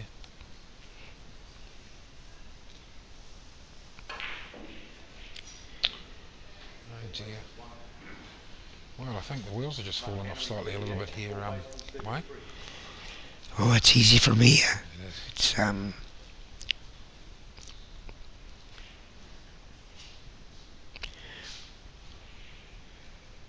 got his back head quite high here. He's played that nice. Very pretty. Yeah. So is this a clearance? Yeah, I'd say the big opportunity here. He'd be looking to take the green, wouldn't you think? Because you could just soft screw back for that yellow and then it's all there. These guys practice all the balls on the spots. Right. They must be straight, so you could screw back off this. Yeah.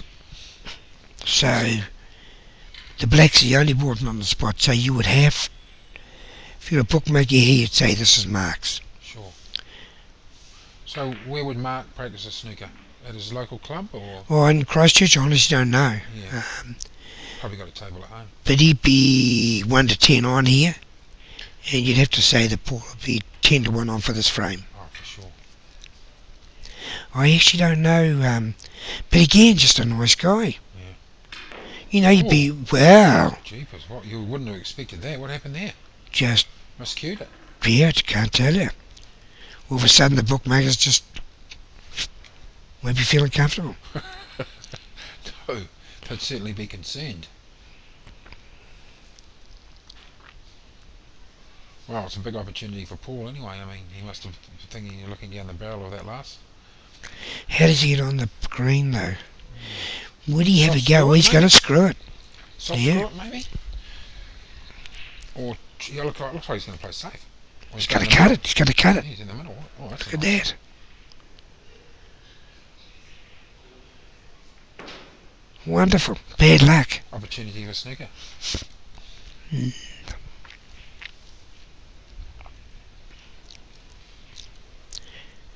This is anyone's frame too. Yeah, there was only like 6 points in it, wasn't it? Yeah, a little earlier. He's gone for the double. He's gone. He's just had a go. He had a sneaky go. Well, it wasn't such a silly idea because look, he's on the brown. Yeah, that's right. The brown would develop the He blue. actually plays those doubles quite well, actually, Paul.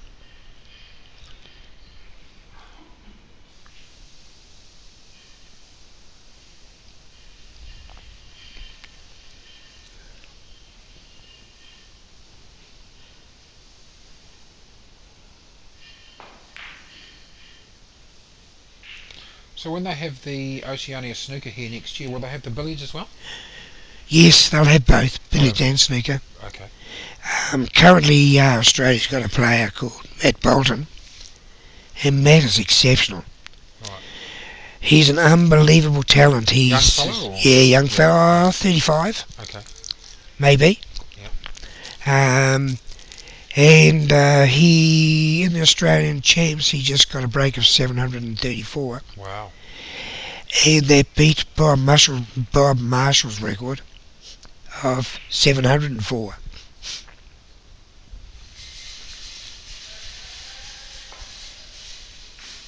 He loves those shots, those cuts down the rail, doesn't he, from those distances? He's not scared of them, is he? I've seen him play a few real nice ones of those. Especially that one against Henry when he potted both those blacks. Yes.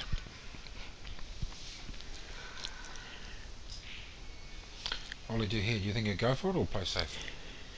I think he's got to go for it because it automatically gives the positioning. It's a big risk, eh? Always a risk. It's given Paul a great opportunity here. All of a sudden, the 10-1 looks good.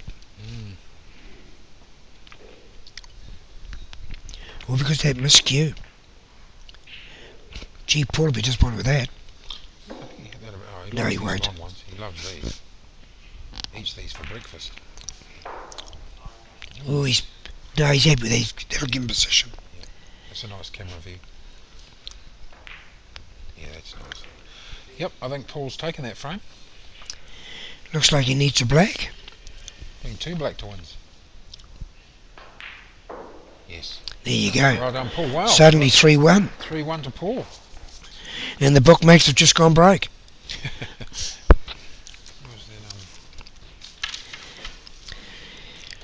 We've with this World Billiard Championships coming up in World Ranking Billiards coming up in Hamilton in September, we've had lots of discussions obviously with the casinos.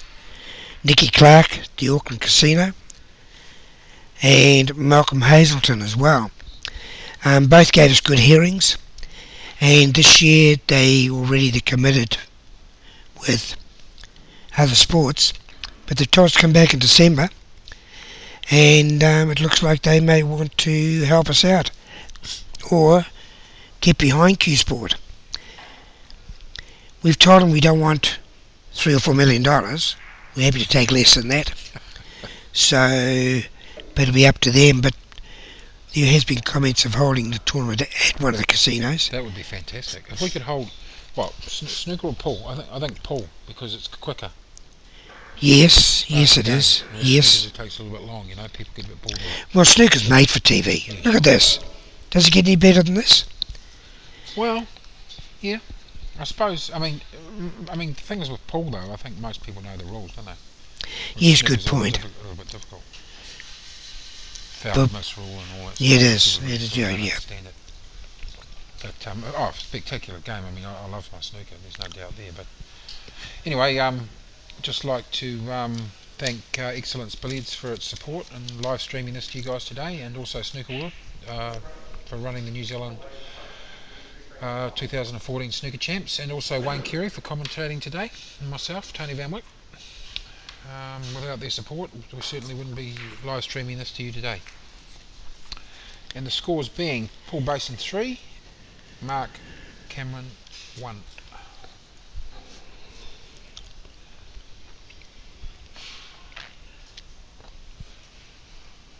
Well, I think Mark needs to pick it up a little bit here. I think he's been a little bit, maybe getting a bit tired, or?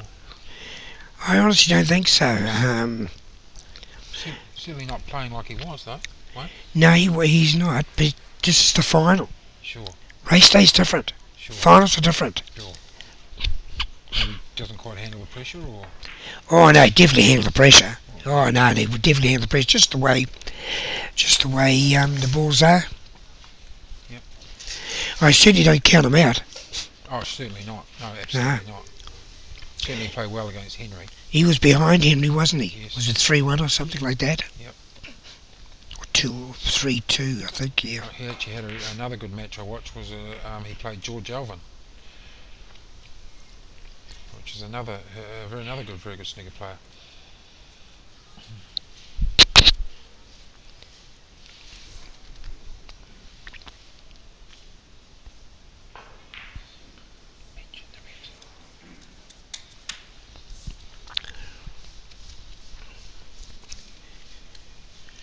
Got to thank all the referees too. Referees from Australia, referees from all around New Zealand. What people don't know is a lot of these referees that are here are international referees as well.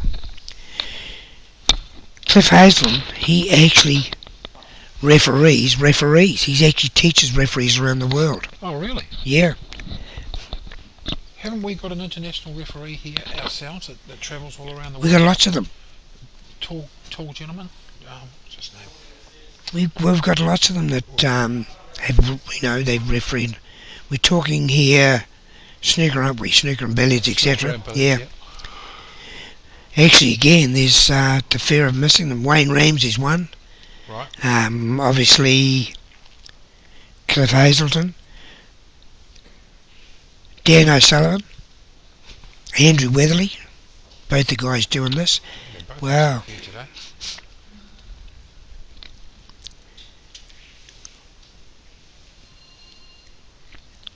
Chris Henderson from Christchurch. Right.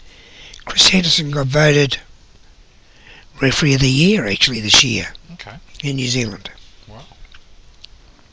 So these are things that you just wouldn't know.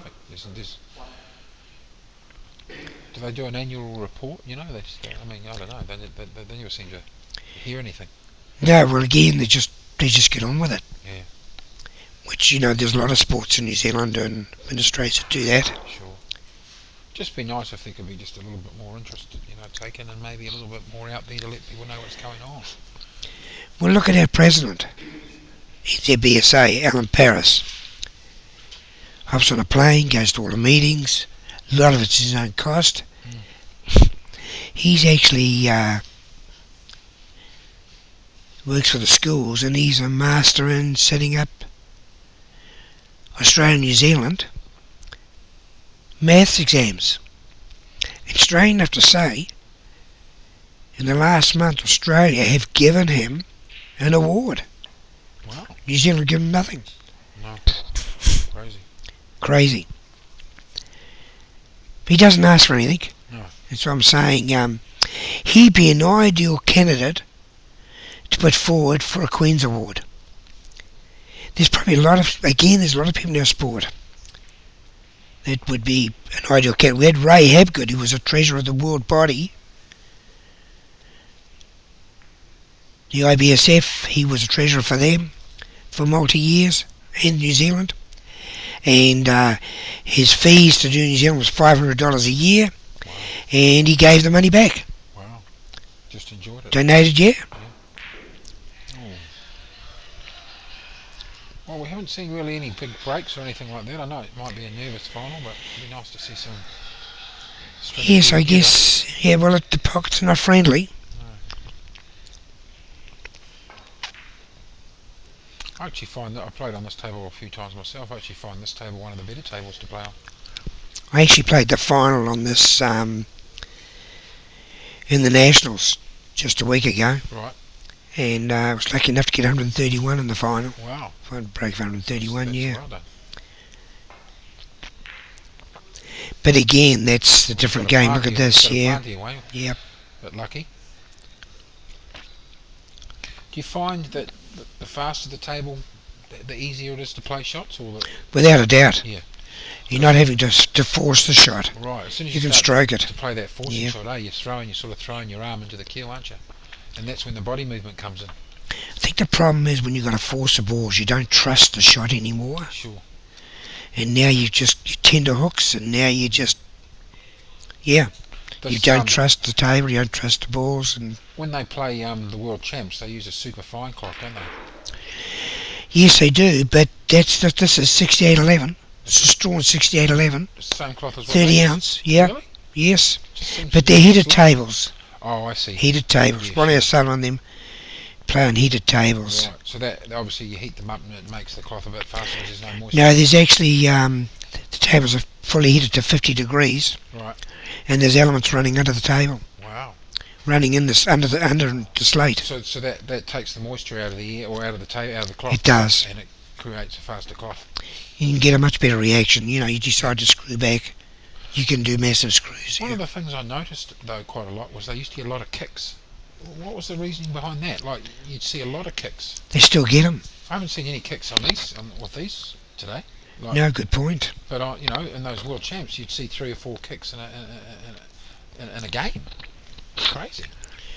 Talking with Chris McBreen, by the way, has had 9 147s in practice. Really? Yeah. But none on race day at this stage. But he makes a comment that they virtually after 2 or 3 days put brand new cloths on. Right. And then sort of once every day they're brand new set of balls. Wow. So I'm wondering if that's why they're getting the kicks. Okay. Yeah, because I noticed that quite a lot. I watched one of the World Champs one year and I just kick after kick after kick. I just couldn't understand it. I thought it may be the balls. Or maybe a little bit of chalk on the chalk. I think that they're using brand new balls all the time. Do the balls wear out at all? Not exactly. They're said to just lose a little bit of weight. Right. And we're talking minuscule weight, but right. When you get to that level, Ronnie O'Sullivan level, when you're hitting 2 balls together like that, though, you're causing friction, so that causes wear, doesn't it? it does. Yeah. It does. But they're quite hard, aren't they? Well, they are. Are they arcronite? Crystallite, I think they are. Yeah. Crystallite. Vanilla.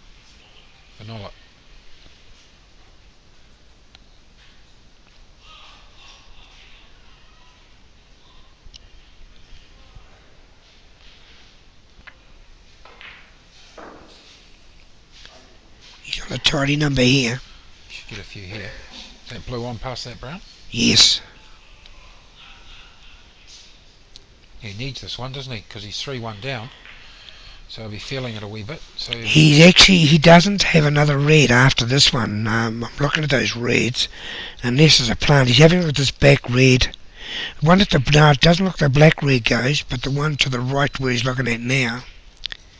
He might stun this red maybe and try and use the brown, or maybe try and get him behind the blue up here.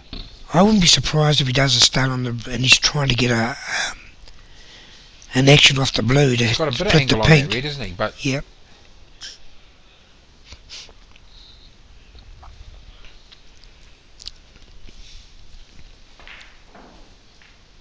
Okay, he's coming down for the black. Oh. Hadn't thought of that.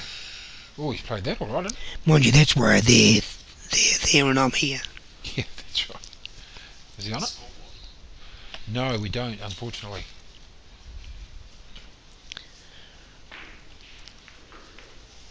Well, he's played that all right, but he's... I think that other red, I don't know if that other red goes. I don't know if he's happy with it at all. Yep. We'll just go and get an update on the score for you if we can.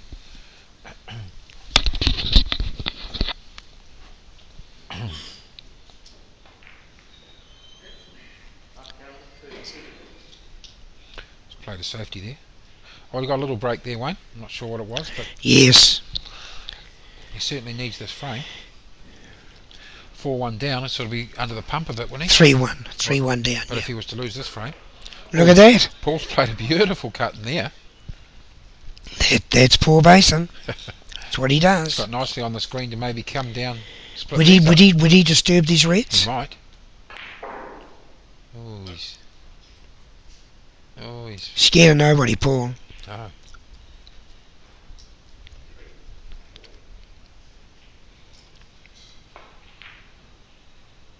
He's just playing like he'd just be at the local club.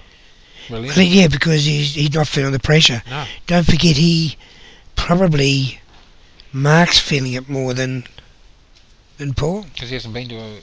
Paul hasn't been to a final, but... Well, he's not playing a lot of bet, not a snooker. Okay, we've got an update on the score here. 3-1 to Paul Bason, and Mark's on 41, Paul is on 4. Thank you.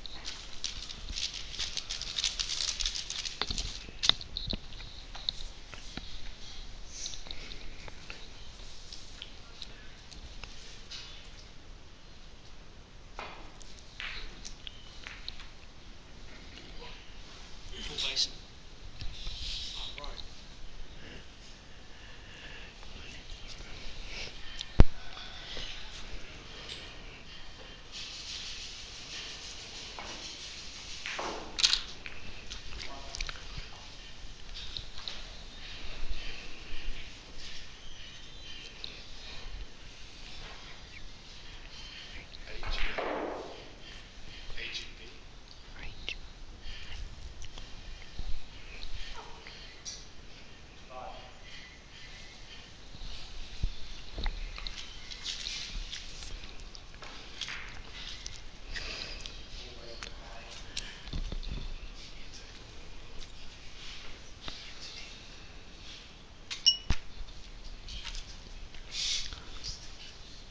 We've actually got a lot of young talent in New Zealand.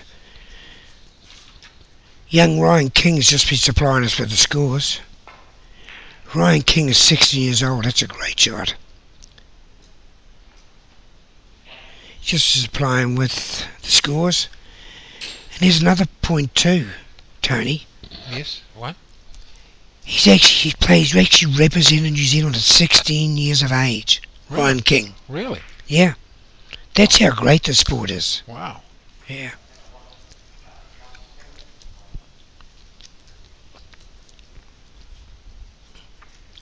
"16 years old and you've already won the silver fern." That's a great effort. Wonderful. There's lots of young lads like that.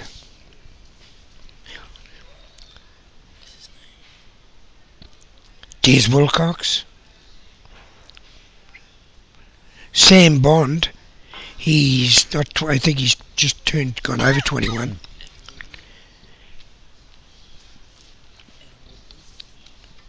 Adam Baldwin from Taranaki. Des Wilcox from Taranaki as well, I see here. A lot of good players come from Taranaki.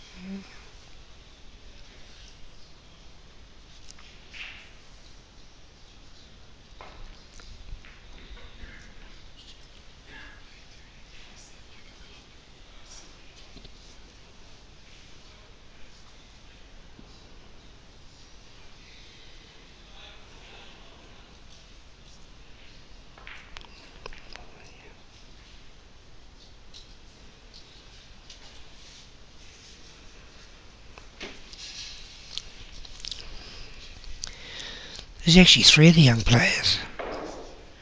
Taranaki. We've got a very nice young lad called Lewis Chan from West Auckland. He plays in the under-21s as well.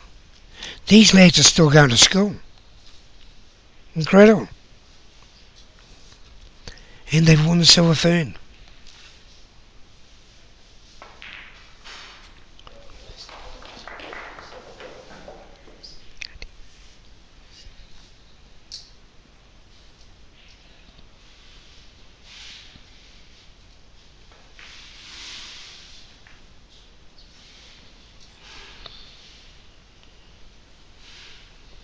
it's good to see that we've got some young up and coming talent. There's plenty of them. And again, that's down to the NZBSA and, of course, Gary Gillard. Right, without these academies or these, people, we wouldn't have any more snooker players coming through the ranks, will we? I was actually over in Australia and they're quite, well, jealous is not the word, but they're quite taken back by the way we do our juniors. Sure. Considering we have such a small population compared to Australia. Yes, exactly. I think we got, 4.5 million compared to 22 million in Australia. It's a big difference.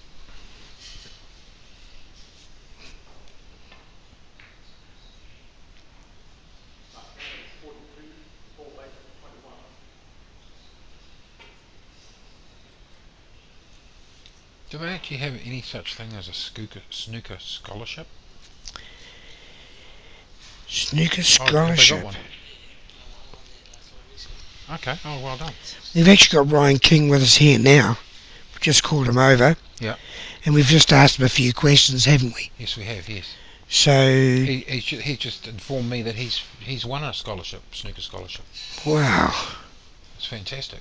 It's better than fantastic. So you've got this. You've won it through the academy. Is that right? Okay. Oh, nice one.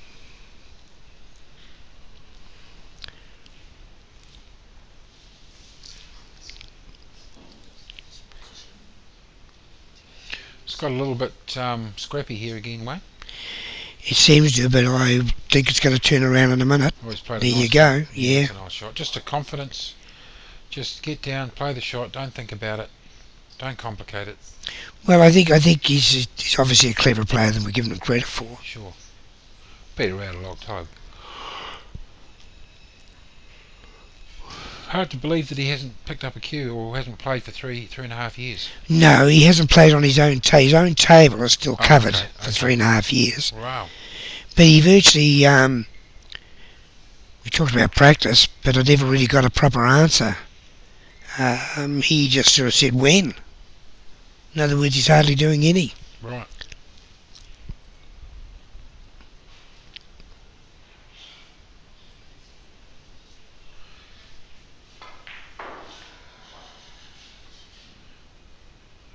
You're unfortunately, Wayne, you've still got to make a living, because there's not a lot of money in the sport.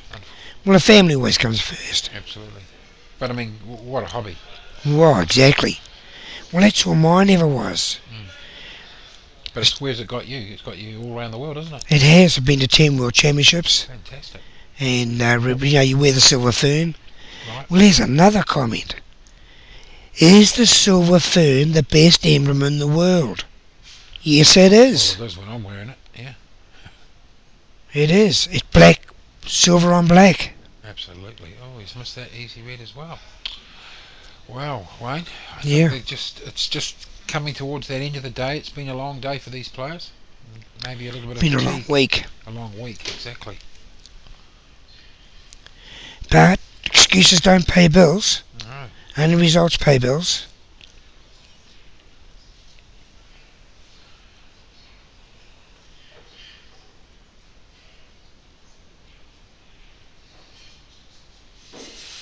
Well, it'd just be nice just to have that title under your belt, wouldn't it, Wayne? It would. It would. What's it like? What's it Well, feel it is actually. I've been fortunate enough to have had it.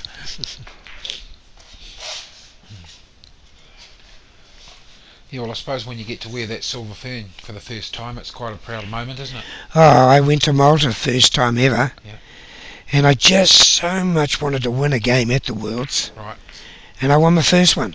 Oh, he's made a mistake here, Wayne. And yes, he has.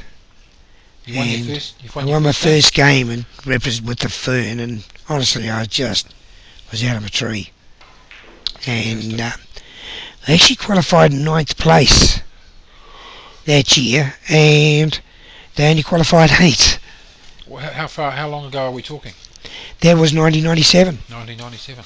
Yeah, 1997. Wow. Yeah. Oh, look at that.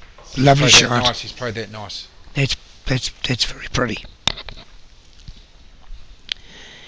Yes, 5 New Zealanders went to Malta to play in the Worlds that year. Okay. And You did the best of them all, or? No, Dave Meredith. Oh, right. Dave Meredith was a standout, yeah. Right. I failed to qualify by one placing. They qualified 8. Quite tough. Oh, wonderful players. I played Joe Glick from Malta. Oh, he's played a good shot here, won't he? So Yes, maybe, no, he's yeah. underdone it just a wee bit. He's looking for a snooker there. And Joe Glick beat me by 1400. Wow. Over 4 hours, mind you. It's a long match. Well, that's the way it is in billiards, Is it yeah. race to 1400, is it? Alright.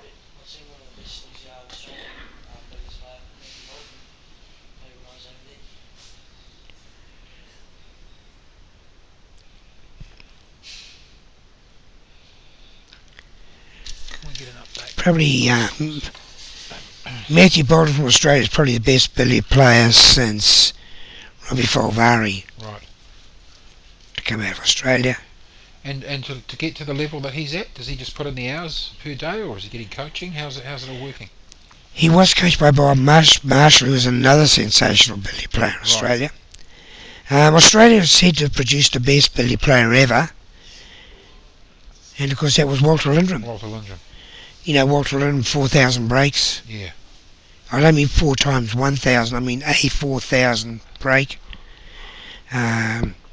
He was sensational. Well, here's a We'll just snooker. get an update on the scores for you here, people.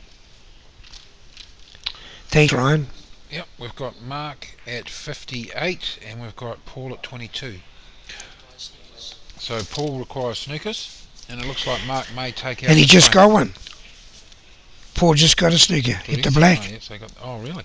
Yeah. So he's 29, 58. 29, 28. Yeah, there's 29. The def still needs a snooker.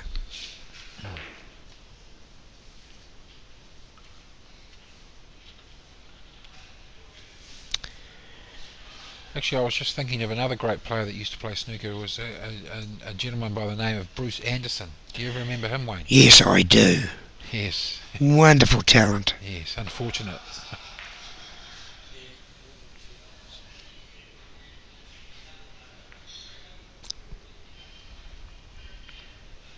Haven't seen him around for a while. No, he did. Well, that's what sort of. Well, you see, snooker doesn't pay the bills in New Zealand. No, So bit of a that's character, really only a our hobby. Mr. Bruce. Yeah. But yes, definitely a wonderful talent. Never actually really got to see him play, but I hear he had the highest break in Australasia for quite a few years. I didn't know that. Yeah, a 139 or something. Okay. And Oceania, should I say.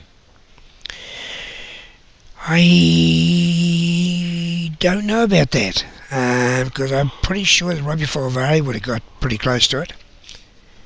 This is going back to the 80s, when he played in the 80s. Had a bit of a following, from what I understand. Yes.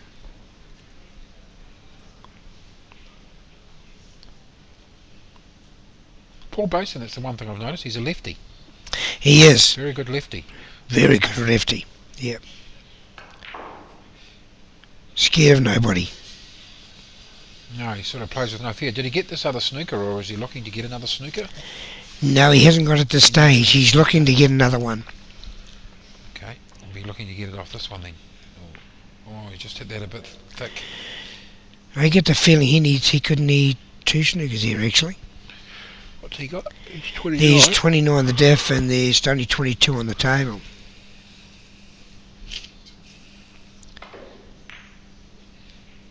Got a good chance to get one on that blue if he could just... Oh, he's got a snooker here. No.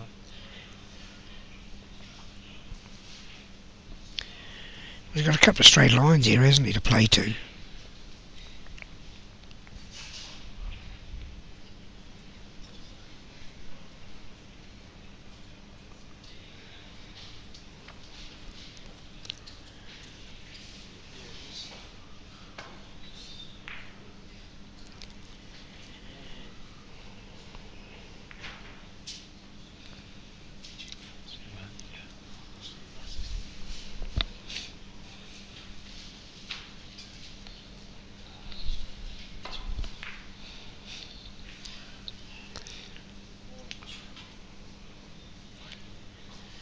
he's Wow. played a nice shot there, isn't he? Wayne? Wonderful shot. Nice pace, nice weight. He doesn't need the snooker too. It's Paul No. that needs the snooker. He's putting the pressure on Paul, back on He Paul, is. isn't he? He is. Come off 2 rails here, do you think? 2 rails. No. He's missed that by a wire. He's gone and off, is he? Oh, he's gone and off. Oh dear. Well, He may actually hand the game up here. yeah, I think he has. He He's has. conceded the frame. Okay, well, folks. So that's 3-2. Yeah, we now have a game on. For those of you that have just joined us, myself, Tony Van Wyck, Wayne Carey, commentary for the New Zealand Snooker Champs 2014. Also like to thank Excellent Billiards for the free live streaming to all you guys out there. Also Snooker World for its wonderful venue. Without this venue, obviously we wouldn't have our New Zealand Champs, things like that. And also like to thank all the players from coming from all around New Zealand, playing our New Zealand Champs. A lot of them I know personally myself. And so anyway, Wayne, so what do you think so far? Tight match or? Tight match. I don't think Paul should change anything. Right. Because he doesn't know any better. Make no mistake, listeners, he can play safety. But if he'll go for it. If it's any sort of a chance, he'll go for it. And 3-2 up proves that he can still do it. Well, let's hope they can just pick it up just a little bit, because it's been a little bit sporadic in this final. But as you say, race day's a totally different story. Race day is different to practice day. Practice day, right. Also, we're obviously just having a small break here. They're re-padding the table, and Obviously, anything you want to comment about or talk about, Wayne, while we've got this? Well, little break? I don't know. Really, just sort of think you might be late home for tea tonight. So The wifey got the roast in the oven, has she? tonight we've got lamb rack from the Mad Butcher, actually. Oh, very nice. One of the Mad Butcher shops. Yeah, actually, the Mad Butcher, is he a keen billiards or snooker player? Do you? No, he's keen sports anything, Mad. loves his- Peter Leach. No, him personally, actually. Do you? Yeah, because I was a butcher. All right.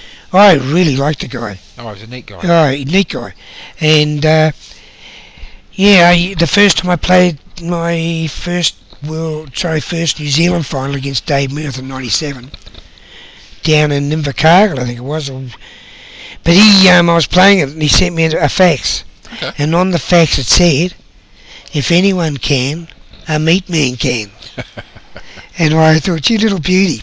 Maybe. But unfortunately, Dave was too classy for me. No good saying one thing another. Right. Dave Mirth is an absolute legend of our game, Sure. and he's the yardstick, actually. Yeah. Even he retired early at 49. Can't tell you why, but he did. And his boys play tennis, and like most Kiwis, we're family men. And so, being a family man, he was off to support his young fellas. And to be frank, he'd done it all in the game. Yeah, sure. 2 players in New Zealand have won 11 titles in a row. New Zealand titles, and one is Dave Mirth, because the other, who actually was going for 12 this year, Gary Oliver. So both Cantabrians. So without being, now there's a comment. Is the weather that cold in Canterbury that they stay inside and play more snooker and billiards? Well, they've definitely got a strong following down there, haven't they? They have. I'm just wondering whether or not we can get the Mad Butcher involved in the game. In the game, maybe we can get the Butcher as one of our sponsors. I mean, we all eat Butcher meat. I know I do. Well, I'm a butcher and I buy Mad Butcher meat. Yeah, and I buy Mad Butcher. Mind you, I do like sensational sausages, Sure. and I'm not beyond buying Halaby's corned beef. Yeah, Halaby's is good. Yeah. Yeah, I normally buy their hams. So Halaby hams. Yeah. But no, it'd be nice to get someone like the Mad Butcher on board. We can put one of his. Well, because I'm one of his friends with signs. him, I don't want to approach him. No. That's one of those things where One you, of those things, isn't it? yeah. It's I mean, I know you can't do everything. but you just, yeah. And but Lovely fellow. Lovely fellow, and doesn't he do a lot for sport? Oh, absolutely. Just, Absolutely. Without Peter with the Warriors, it's sort of not the same, is it, really? Well, he's the man, isn't he? Supported them right from the day. And aren't they going good, the Warriors? Fantastic. You would have thought earlier on this year, with the way they were playing, that you would have just written them off, but no, they've certainly, with this new coach, eh? Yeah. This Sean Johnson. Gee whiz. He's a great player, isn't he? Oh, he is. Hibiscus Coast. Fantastic player. Yeah. Good little general, eh? Oh, he's got it all, speed, the whole lot. Not big-headed either. Right, ladies and gentlemen, I think we're just going to have a 5-minute interval. I want to go and grab myself a drink. I think I'll do the same. And can I suggest, which is all... Shortly. Yeah, all of you go away, make yourself a nice cup of tea, nice picky. We'll see you back here in 5 or 10 minutes. Thank you.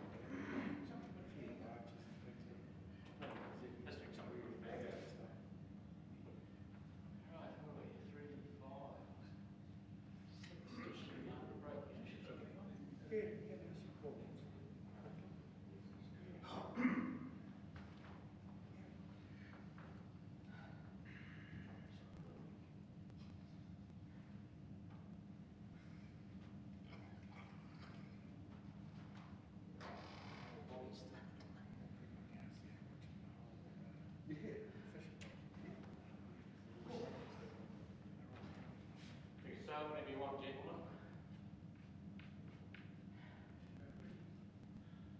6 Frank, Mark Canovan, Road.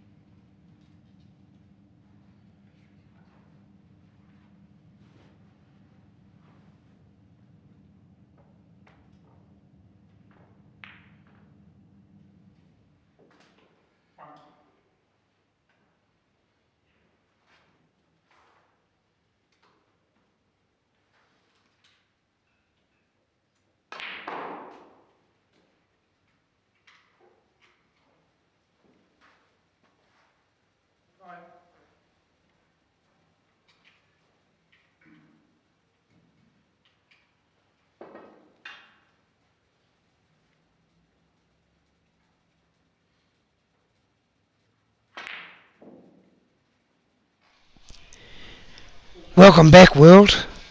I had myself a cup of coffee there and didn't realise the players had come back. I was talking to them downstairs and then realised they weren't there.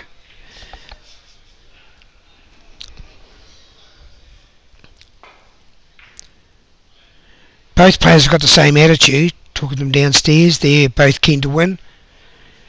But if the shots are there, they want to take them on.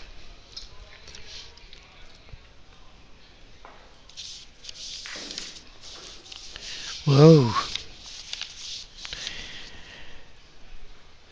Tony Van Wyck, it will be back in a minute.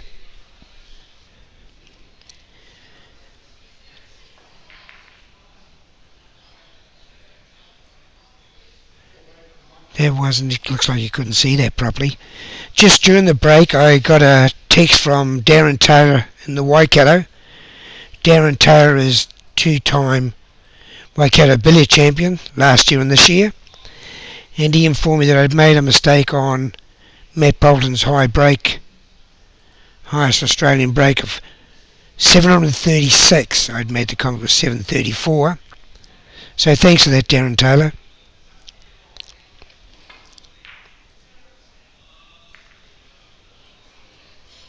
Gee, after the break, they both come back with full tummies, I think.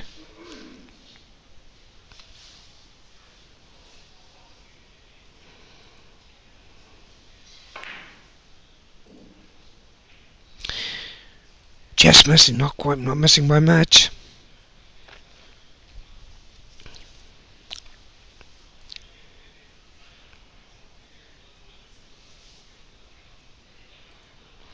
There's quite a crowd here today.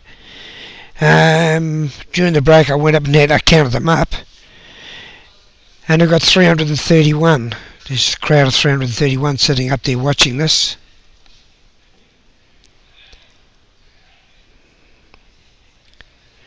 But of course, looking out as the people come through now, it looks like they're filling up even more.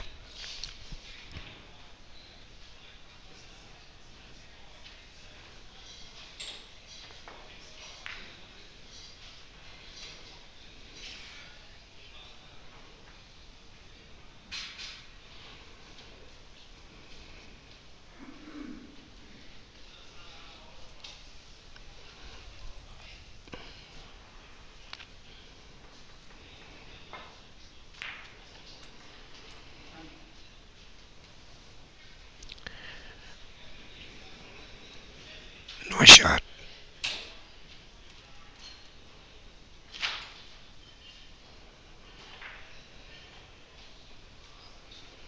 Told you those pockets were tight. World standard pockets. Don't forget, Australia, when you come here for the Oceanies, remember they're tight. And friendly is probably a better word. If you're not good enough to put them in the pocket, they won't go in.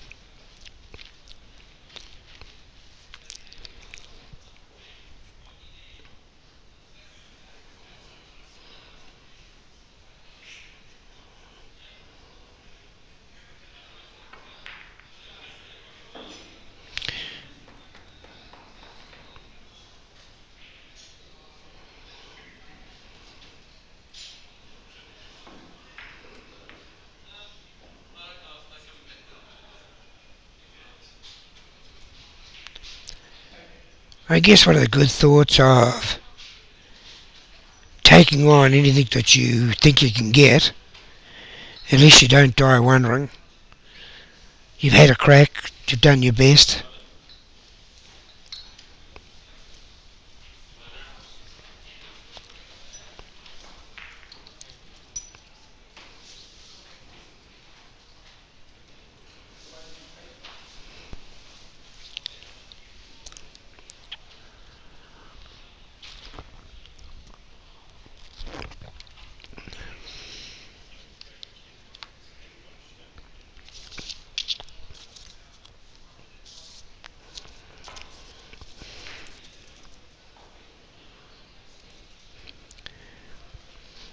That's a nice shot.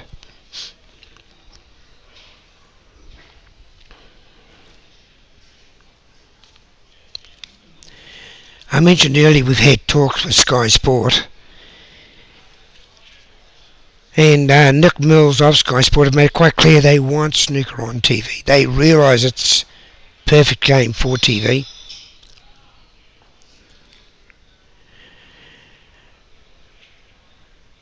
And we're currently in some negotiations with this world ranking billiard tournament that we're doing in Hamilton in September.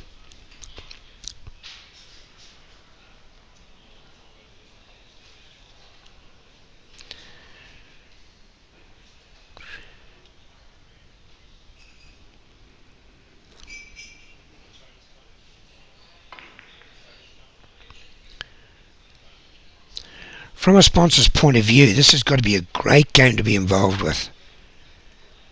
Look at the players. Perfectly dressed. Take them home, meet your mother.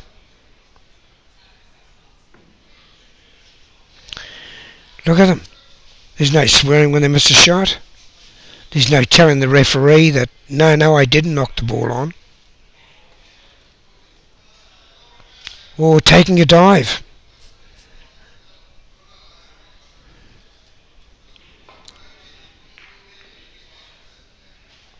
Skill level, as I've said before, is there any higher skill level than a 147 in snooker? Very interested to hear your comments on that.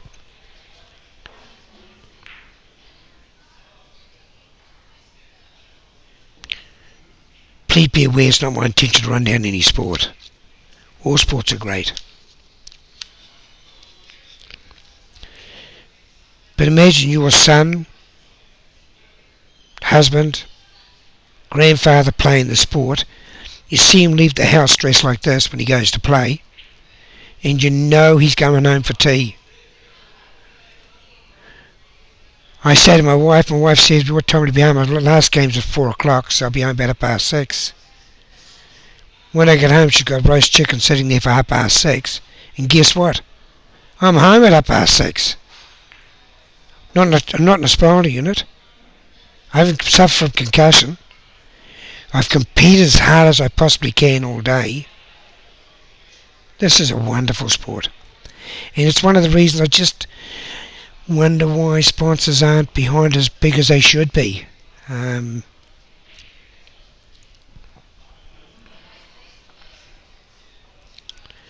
It's played in a cathedral-like atmosphere.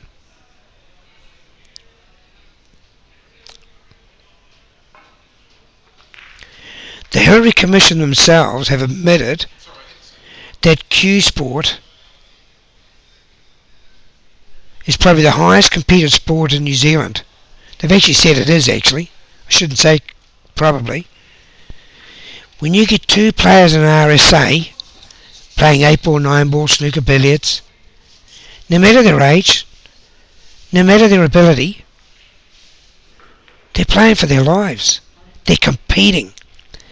To give an example of what I'm trying to say is if you get joggers on during the weeknight jogging the roads, and they jog on the roads, but they don't actually go into races on the Saturday.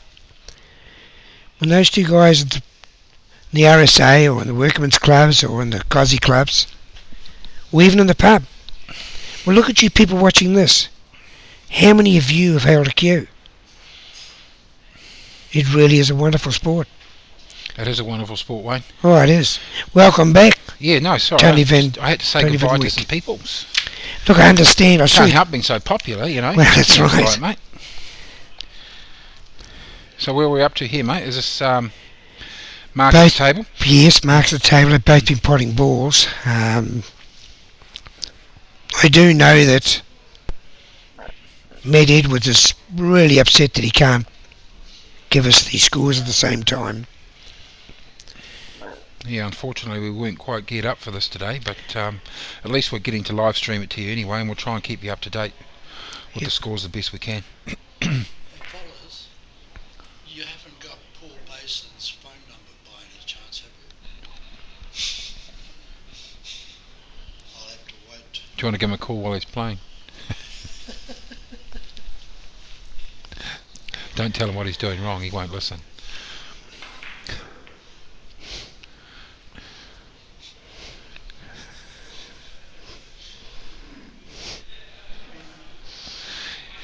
Looks like Mark's in a bit of a roll here, mate. He's got a... Yeah. He's quite good around the black, so I'd imagine we get a few here.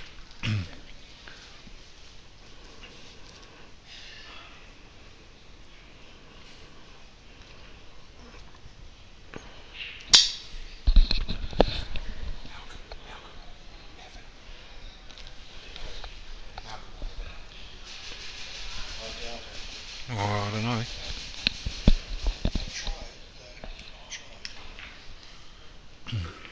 Oh, this is pretty. You know, he's around that black spot now, eh? This is where he's most lethal. When they've sort of got a few reds out in the open around that black, mate, he's just inch perfect when it comes to his weight. You watch. This is just years of practice, you see. As you well know, Wayne. Well, it's a high skill. You only get out what you put in, eh? Yeah, exactly. You don't want to put the time in, we don't expect to get the results. Well, I liken that there's no shortcut for mileage. You've got to do the mileage. Well, they tried to do. They cut it into. Instead of being miles now, it's K's, isn't it? Yes, it is too, I suppose. There you are, I'm showing my age. I'm over 38. You don't look a day over 38.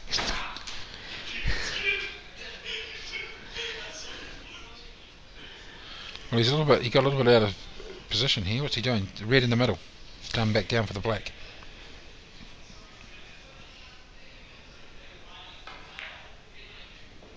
Oh, That's sensational. Plays those middles well, didn't he? Doesn't hit him too hard. Times 3-2 behind, and he's still not scared of anyone. He's having a crack at this. No. Yeah. So he shouldn't be.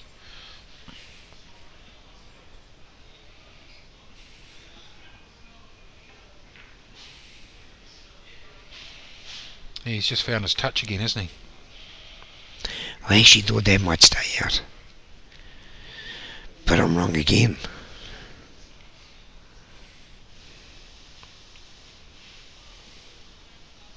Does your wife play this game, Tony?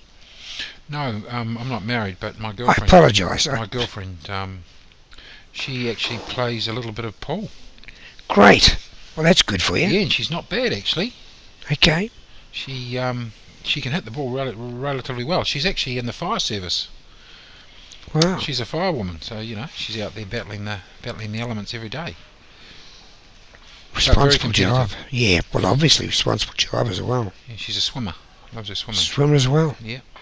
She's going to the... Oh, a lovely shot. Very nice shot. She's actually going to the Samoan Games at the end of this month. Terrific. For swimming, yeah. Represent New Zealand? She's represented New Zealand in the Firemen's Games. Silver Fern. Very good. Yeah, and she's actually an ex-New Zealand bodybuilder. Wow. Champion. Well, you wouldn't want to argue with her when she tells you to do the dishes. Not at all.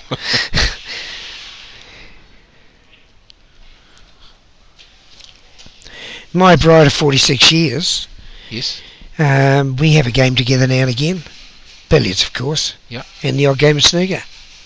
Nice. And yeah. Oh, it's great fun. Maybe able to get. Can I borrow this for a minute? Sure. I may be able to get it between frames. This is a decent break, isn't it? Yeah, I think he's finally got his What a shame we can't. game together here in this round. Yeah. And if he wins this, it'll be 3-all. Game on.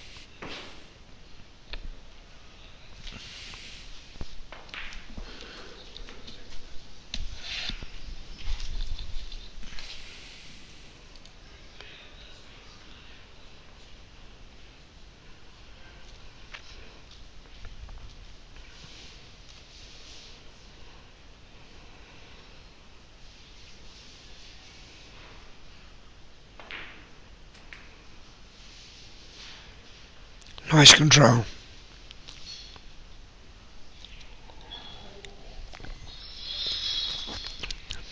Andrew Weatherly's actually the referee. Andrew Weatherly from the Bay of Plenty. The sunny Bay of Plenty.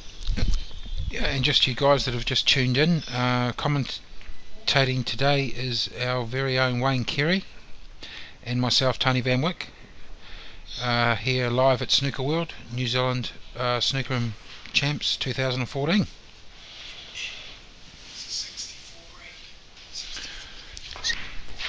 Mark's is on 64. He's on 65 break at the moment.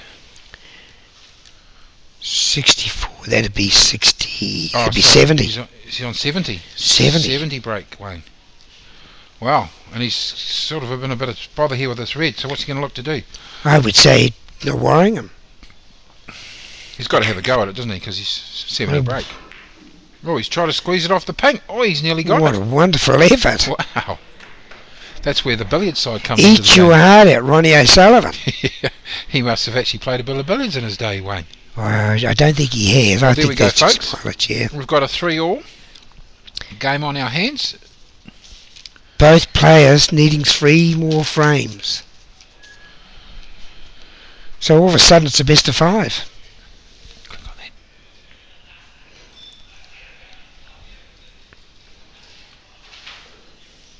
Yes, Andrew Weatherly's been around the world, the gentleman you're seeing now. He's been around the world representing New Zealand at Yeah, click on that. Look. refereeing. Right, comment. So, yeah.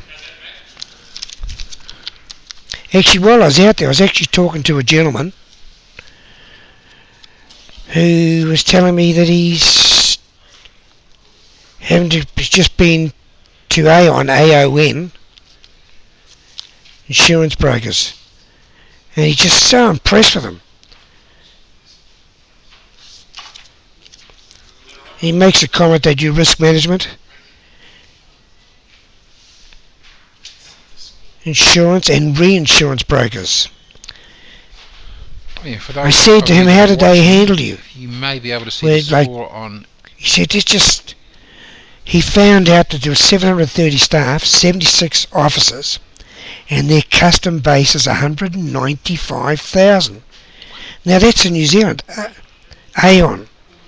They're a major force in insurance broking. Apparently Avon designs and places insurance programs for their clients. There's a major supplier to New Zealand and overseas insurance markets. Fantastic. Oh, it is. It's just surprisingly running downstairs, isn't it? Like you go for, when you go to these tournaments. I remember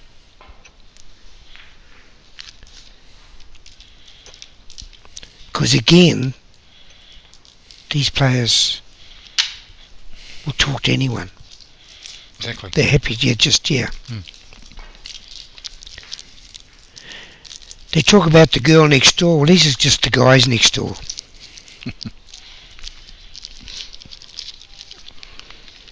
Well, we've got a battle on our hands here, Wayne. We've got 3 each. Fantastic. Race to 6.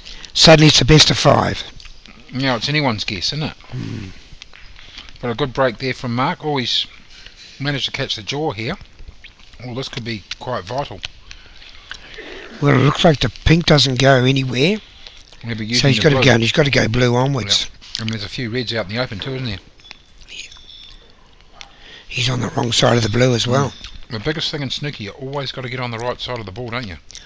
It If helps. you're break building, anyway. It helps.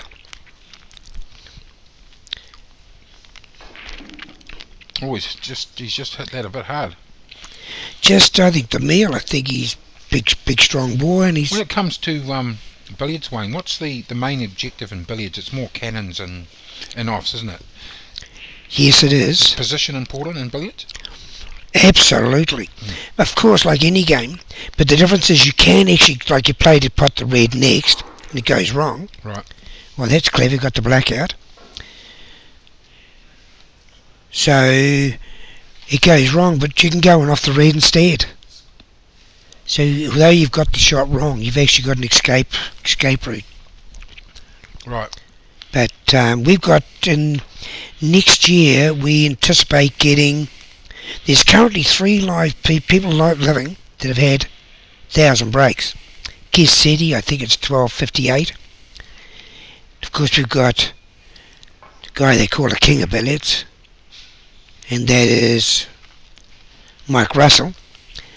Oh, look at this here. And, of course, you've got the guy who's coming this year, Mr. Peter Gilchrist, who from Singapore.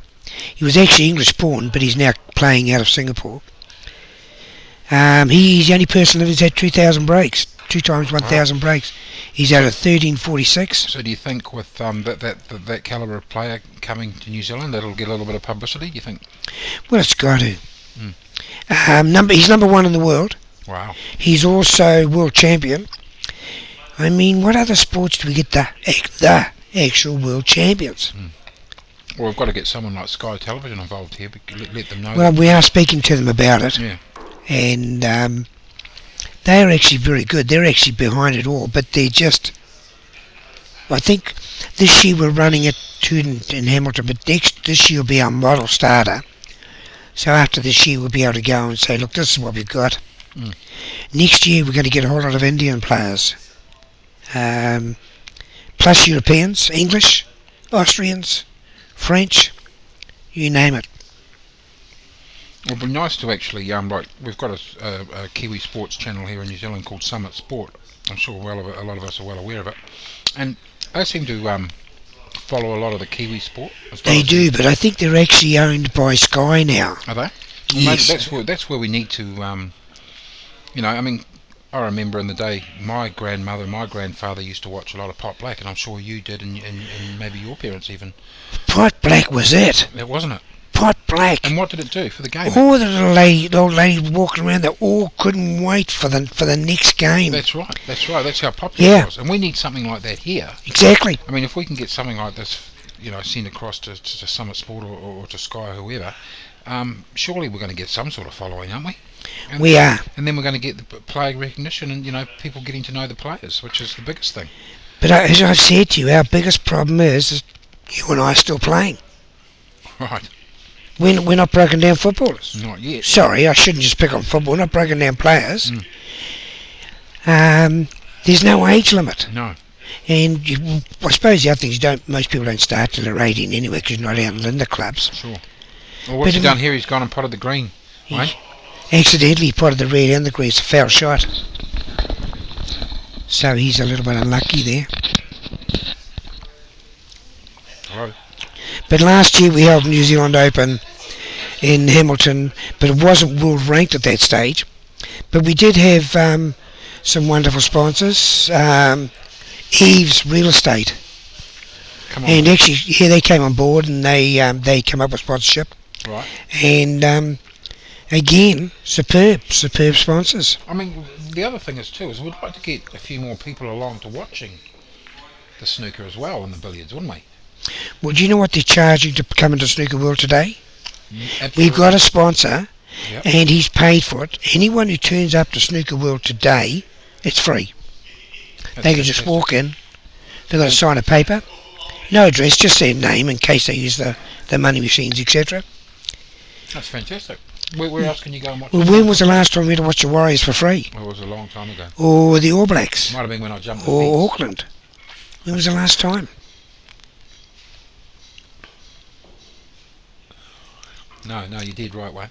But would anyone out there that's sitting at home and would like to come and watch some New Zealand snooker, feel free. Snooker World Royal Oak, more than welcome.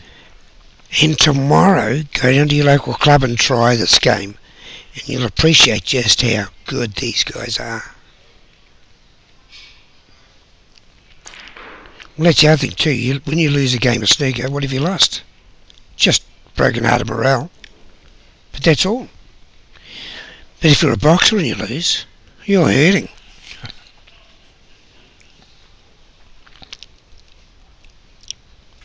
Actually, you can be a football player when you still hurt anyway.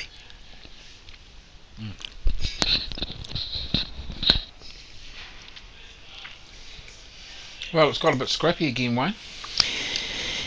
Yeah, you might be right. Maybe it is such a tough week.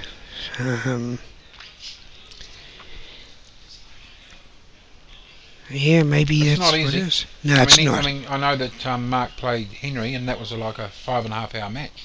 Well, that's a good point. Hadn't thought of that. Look, that's a nice shot. That's a nice shot. He Oh might dear. have gone off here. No, he it's hasn't. He played that shot to nothing, didn't he? No, he did.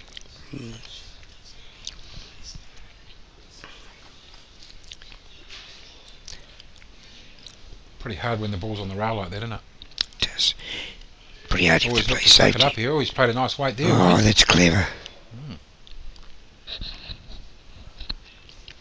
I don't think there's any doubt that Paul can't hit this. I think it's more that he's scared of sticking up the next shot. That looks stupid. He's got to be pleased with that. Good on you, Paul. Hello. Paul actually used to practice down at the Bays Club where I come from, and Chris McBreen was another one. Yeah, well, I remember back in the day, Wayne, the Bays Club used to have the Bays Classic. They did, $20,000 tournament. Wow. It was. Now that's real money. Yeah, and they came from Australia and everywhere. I bet they did. And I remember watched Harry Engel one day get a 135 break. Steve Robertson won it one year. Really? Oh, it's At least wonderful you're getting a player. strong field, eh? Oh, very strong field. Mm. Used to get 4 or 6-0 from Australia. Beautiful club. Oh, it's a lovely, right on the water. Mm. I've seen quite a few of their big trophies down there, but just there's nothing going on there anymore. What's going on? Well, it's just a sign of the times, I guess. We had sponsors in those days, and I guess they're not, the economy's not going as good as it was. Still a beautiful spot to go and play snooker. Look, the people that go to their club are just lovely. Yeah, they are. I walk in there and they just say nice things. Absolutely. I've actually represented the club in the New Zealand Club Championships.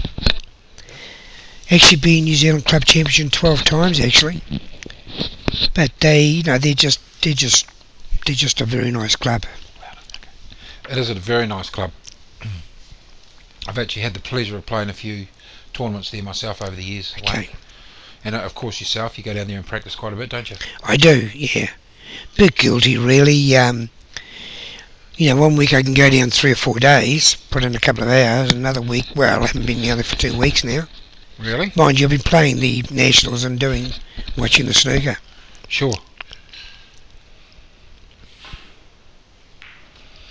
Yeah, well, there are some. I mean, I know that snooker used to be quite popular back in the day, but I just think it's quite, because the snooker tables take up a lot of real estate, don't they? It's sort of hard. They do. Unless you've got, I mean, especially with RSAs, I'm finding, a lot of people, the older members are dying off, I mean, and they're not bringing new blood into the clubs, which is they need to really open the doors for these young kids to come in and maybe play pool or snooker. Well, I know that's a nice shot. I know that my base club, this is tricky. Oh, well, hang on a minute, Wayne. You What's wouldn't going want on it here? Yeah. Oh, When you dear. walked away early, you knew it was going in. Yeah. The base club are sort of looking at different ways of getting people. I mean, I get people over from the overseas coming to play in New Zealand. Say I get a bunch of English every year. I take them down the bay, proudly is the word, take them down the base club, and they just sit there going, wow, we're sitting by the window looking straight out the sea. That's the base club in Browns It's Bay. a beautiful spot, isn't it? Oh, it's a wonderful spot. Not only that, you just walk up and you introduce one of the travellers to a player or like another person, and they just talk. Look at this, is clever Chinese. Oh, that's a clever snooker. shot. Yeah, and everyone's just lovely.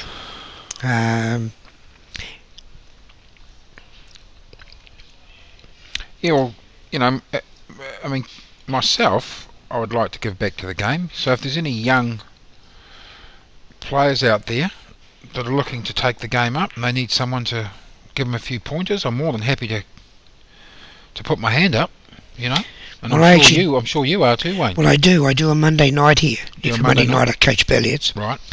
To be fair, I don't play a lot of snooker because I'm not a sharp potter. Well, hey, billiards, nothing wrong with learning how to play billiards. Oh, Because it's all about white ball control. You need to learn how to control the white. It's all very well potting balls, Wayne, but what about where the white ball's going?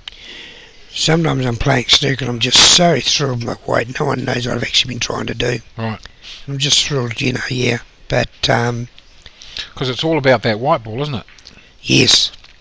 Anyone can pot balls. Yeah. But it's knowing where the white ball's going. And once you actually develop that skill, it makes the game that much more exciting, because all of a sudden you can start stringing breaks together because you know where the white's going. Well, Unless your name's Hurricane Higgins and you can just pot from anywhere.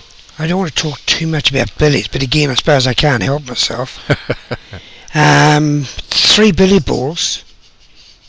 My 3 billiard balls, my red weighs 141 grams, my white weighs 141 grams, and the yellow weighs 141 grams. I can't believe that. No, it's the truth. Did you weigh them? No, every ball is perfect. And that's the difference between this game and snooker. Wow. With snooker, that white could be 141, that blue could be 143. Really? I Some thought of they those weighed every set of balls before they deliver. Oh. They do. They're normally, I think, between 139 and 145, I think, snooker sets. Right. Again, I stand corrected. So, but every ball being wrong, perfect but- weight in billiards makes your knowledge of or working the white just that little bit easier. Yeah, so, but when I play in snooker sometimes, well, as I said, I don't play it a lot. Sometimes I get a huge screwback on the white. Next shot, it's not the same, and you actually blame your cue action. Actually, I've noticed you use a 9-ball cue. I do. What's the story there? Well, because obviously I'm a little bit older. I'm just under 112 years old, and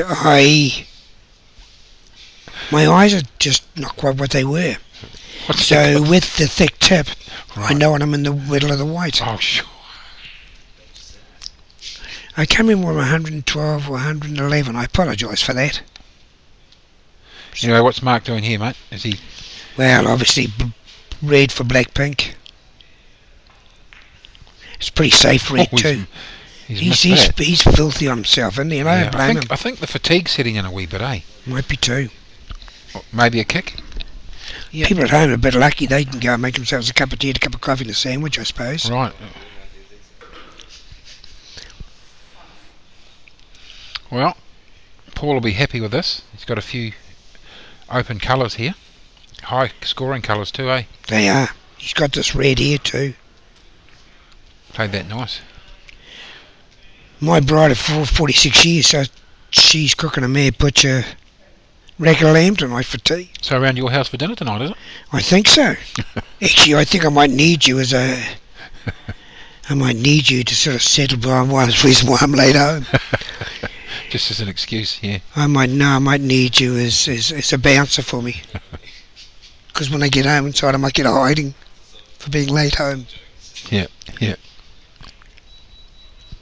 Actually, my wife's a sensational. Oh, look, he's not on this black, actually, Wayne. He's made a mistake there. Is he on a red or is he on a No, colour? he's on the colour. Is he? Yeah, no, he's made a mistake there. Oh, Didn't quite stun off that enough. Playing for safety now. It's the way, Paul. Oh, he's got on the wrong side of it, though. Would have thought he would have played the other side. do you go to casinos at all, Tony? Used to, not so much now. Yeah, no, they're not my scene. But I do know that when we get these players come up from overseas, they just love the casinos. Yes. They virtually ask us after the game. We finish most nights, give or take around 6ish. Oh, nice shot. Oh, that's a wonderful shot. That is a nice shot, isn't it, Wayne? Yeah, it's a real billiard shot. And they're all off to the casinos. Do they play safety in billiards? We play safety in billiards. Yeah. Absolutely. It's harder to do. Sure, because there's only 3 balls. Yeah, but you can do it, all right. Oh dear, That's quite a big penalty. That's 7 points. that's 7. Yeah, that's a. Yeah, I think Mark will take this on. He will. Roll through for the black.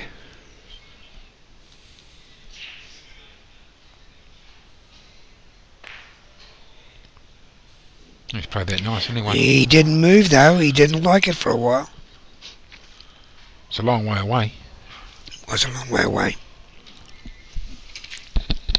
Is that all right?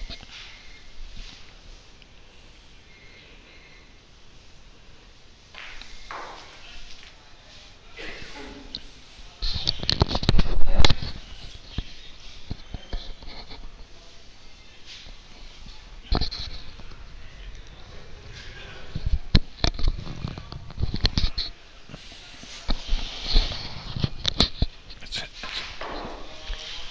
Good on you, Mark. This is nice. It's the way, Mark. It's the way.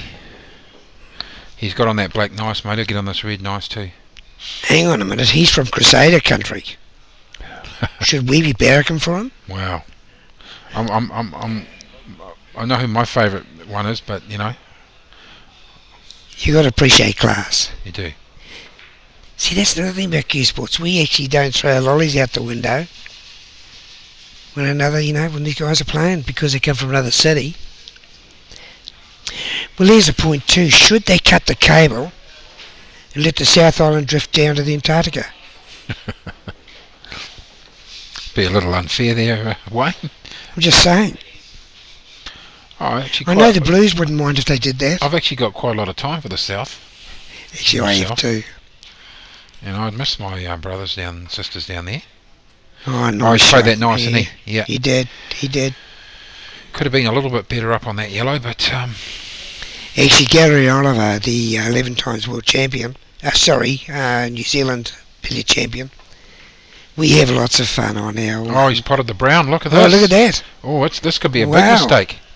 See, now, if he'd been a billy player, he'd recognise that, because that's a cannon. Sure. So what's happened there? He's chucked the frame in. Wow. Who won that? So that must be another frame. Yes, to... Paul Bason.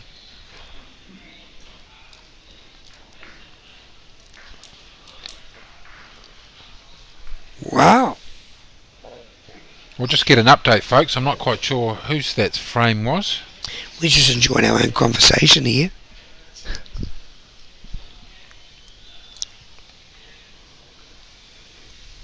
It's alright, we've just been told. We're just going to go and get an update. Unfortunately, we don't have a score board here, so we'll just get an update on what the scores are. For those of you that have just joined in, I'd like to thank Excellent Billiards for being able to live stream this to you guys today. Also Snooker World for the venue for our New Zealand Snooker Champs for 2014. And also Wayne Carey for giving up his valuable time to help commentate today. Take some credit to Tony Van Wyck. Oh, my pleasure. Be here in great company. Yes, we've just had an update. It's 4-3 to Mark.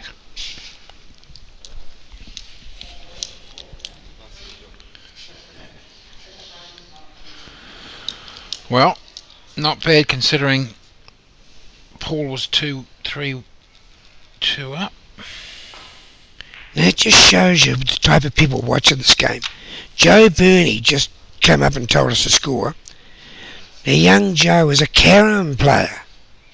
Plays carom billiards. Really? Is that no pockets? No. What's all the cannons. story there? How do you pop all balls? Cannons. You get 1 point a cannon. You don't pop balls in that game. Don't pot a ball. Just get cannons. Wow. He's a sensational young player too. He's trying to learn, the 3-ball billiards. I don't think we have a carom table here in New Zealand anymore. We do. We do. Yeah, they are. Yes. Where? Yes. Quite a lot of places actually. Joe, are you there? Joe, I'll try and get someone. Could you get Joe for me? Yeah, send him back down here for me. Yeah. Yeah, they're just getting Joe now, and I'll ask Joe. Joe, could you come here for us, please, mate? Yeah, hi, Joe. We're just talking on the TV here. Are there any carom tables in New Zealand? Some good ones in Albany? Really? Yeah. Well, there you go. Never seen one. Never seen one. Whereabouts in Albany? Yeah, do, because I'd like to go and have a couple of games. Lovely black. Yeah, test my body. I would say Joe's about... Excuse me, Joe, come back. How old are you, Joe? 24. He's 24. Plays carom. Wow. What did I tell you about this game?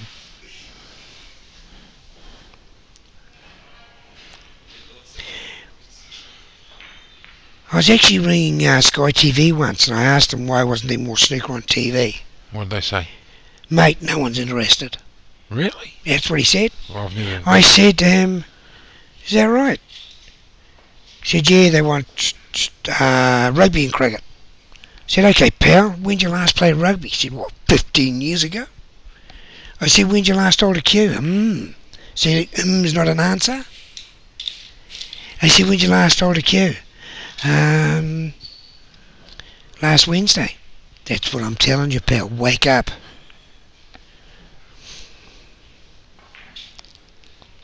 Nice. Looks like Paul's on a nice little break here. Got nicely on that black. Maybe you can split these up, you think, or will he just run that through for these two spare reds out in the open there? Sometimes you don't want to tempt fate, do you? You just want to play what's there. Right. And it's cannon into that nice, eh? He did. Actually, I wonder if they're going for... They've got through that smoko break. Ooh. Gee, that's... Gee. 28 break for Paul. It's very good. Oh, sorry, 28-0 to Paul.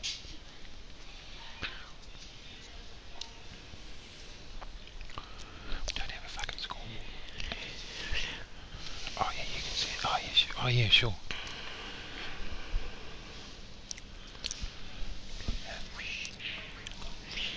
We had the crowd go wild crowd here the other day doing a TV program on the sport. And of course, you know, crowds go wild. It's just great. It's one of New Zealand's popular. I actually turned the TV on and I saw your face on there, Wayne. What's going Well, on? I wasn't actually trying to mention that. But what I was mentioning, I spoke. Well, I could believe it actually because I know you're a good player. But I was Markety, the girl that was doing, you know, part of the whole thing. Sure. She herself, because I talked about Q Sports, and she'd won some snooker competition in some pub only in the last 2 weeks. Really? Yeah, it just shows you. Wow. I mean, yeah. So they're still played around the old pubs, eh? Old pubs. They do, yeah, they do, yeah. Cool. But she, nice cues too. It was quite funny because I was flicking through my missus was flicking through the channels, and then I saw a picture of you, and I was going, "Go back, go back!"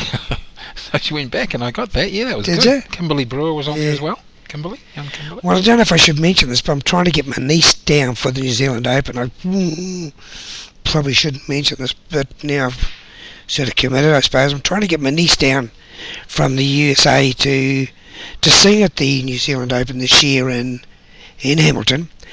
She's coming down apparently in November. She's going to Shania's place down in Otago there for a bit of a holiday. But if I can get Mariah Minis to come down and sing, I will. I'm actually a favourite uncle. And I get on very well with her. She's actually a rock. That was a bit of Does she shot. play snooker? She plays, yeah, she plays 9-ball. Oh, okay. 9-ball, yeah. Really nice person. It's not like the tablets writer, you know. Really nice person. Hey, what's When you're famous, everyone's trying to, you know. Sure, they want a PC, I know. Yeah, they I sell know the the brownie feeling. points, yeah. So what's going on here? Look, He's got a playing, long shot. He can play playing a plant. Ooh. Paul's not risky, wasn't scared it? of anyone. He's not, is he? No. I actually had a bit of a meeting with him just before the half-time break, or at the half-time break there, and he told me he's not scared of anyone. Yeah.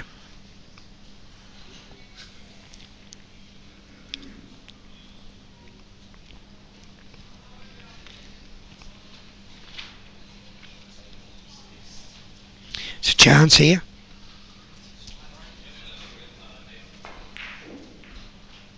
But that's what They're happens. missing a few again, aren't they? What do you do? Well, it wasn't easy, but you would expect Mark on any other day to get that. Race day is different, as I say.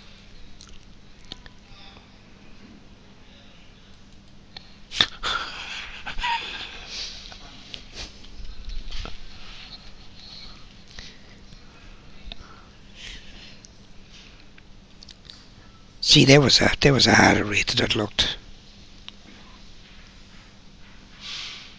That's why it's hard when the pressure's on, eh? Oh, they're missing a few. Just playing out to another ball, that's all. Yeah. He's probably now hoping or wishing he'd put in more time. Because you see, they can't hide down the bottom of the table anymore. Because there's a red down there. That's yeah. right.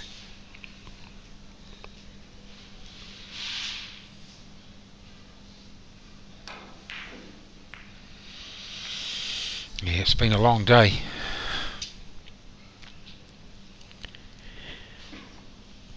I should probably give Sir Peter Leach a ring and ask if he'll replace this rag of land that my wife's cocked. It's probably going to be burnt.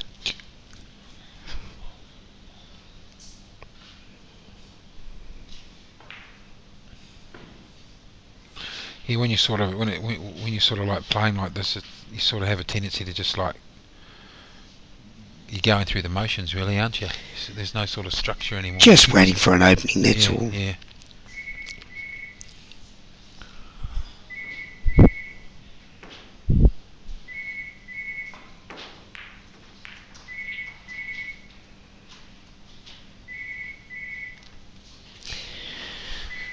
Paul's got another chance here.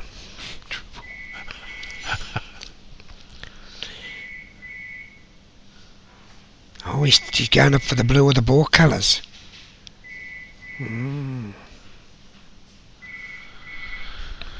Because like any sport, we're all champions in the stand. It's a bit hard, actually.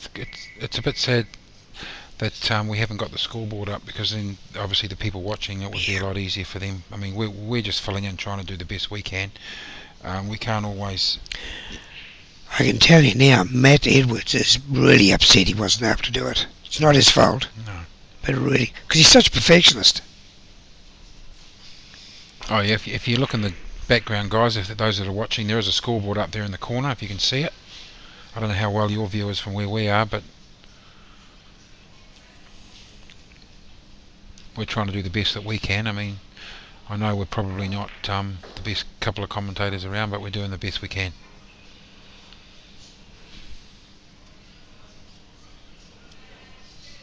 Otherwise you'd probably hear nothing. Which is better than something.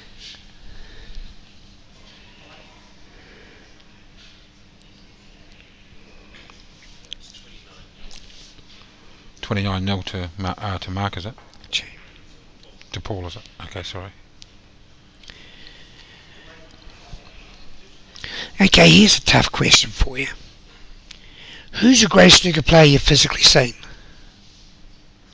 What, worldwide? Worldwide, you've physically seen. My greatest player ever would have to be Ronnie O'Sullivan. You've physically seen him? Oh, sorry, no. Physically seen him, yeah. Well, I'm going to have to say Dino Kane, because he's really the only best player that I've ever seen. I tell you what, he's a wonderful player. He really is a wonderful player, Dino Kane. He's, yeah. Yeah, I guess so. I'm trying to think. Because, of course, my game's billiards, I've been lucky. Well, I've been very lucky, actually, to seen plenty of them. I guess Mike Russell's got to be the best I've ever seen. Who was that? Sorry, what? Mike Russell. Okay. The billiard player. Was it, a billiards player? You talking snooker or billiards? Talking billiards. Okay, I don't. I asked him once why he doesn't play snooker. You know what he said? What? Because I need 2 chances. They only need 1. He's 147. He's a 147 snooker player. Oh, okay. Oh, yeah. Well, I'd have to say the best billiards player that I've seen to date is my great friend Wayne Carey. Well, clearly, yeah. New Zealand snooker champ. Billiards. Billiards. Champs, yeah. Just well, thanks for that, but no. Well, I haven't seen many other billiard players. No, well, when I go away overseas, I'm absolutely. It's like I come from, I come from nowhere. But here's another point. When I go overseas, everybody likes New Zealanders. Oh, absolutely. You walk into a room and you're from New Zealand, they come up.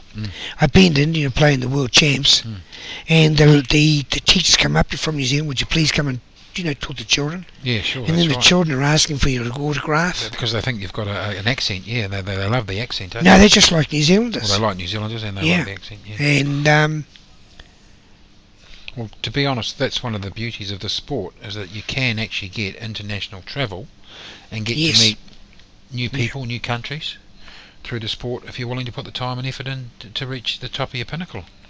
Well, yeah, I think you asked the question while we're off here that where have I been? Been to Malta twice, I've been to Australia twice, I've been to England twice. Oh, that's fantastic. I've been to Ireland, actually qualified in the last 16 in Ireland. Wow. Which is huge for a Kiwi, Absolutely. Remember, you're playing pros. Gary Oliver, I think he's qualified at least 3 times. Yeah. Um, So for any of you young guys out there listening, get to your local club, grab a cue, get on a table, pot some balls, see how you go. You might actually enjoy it.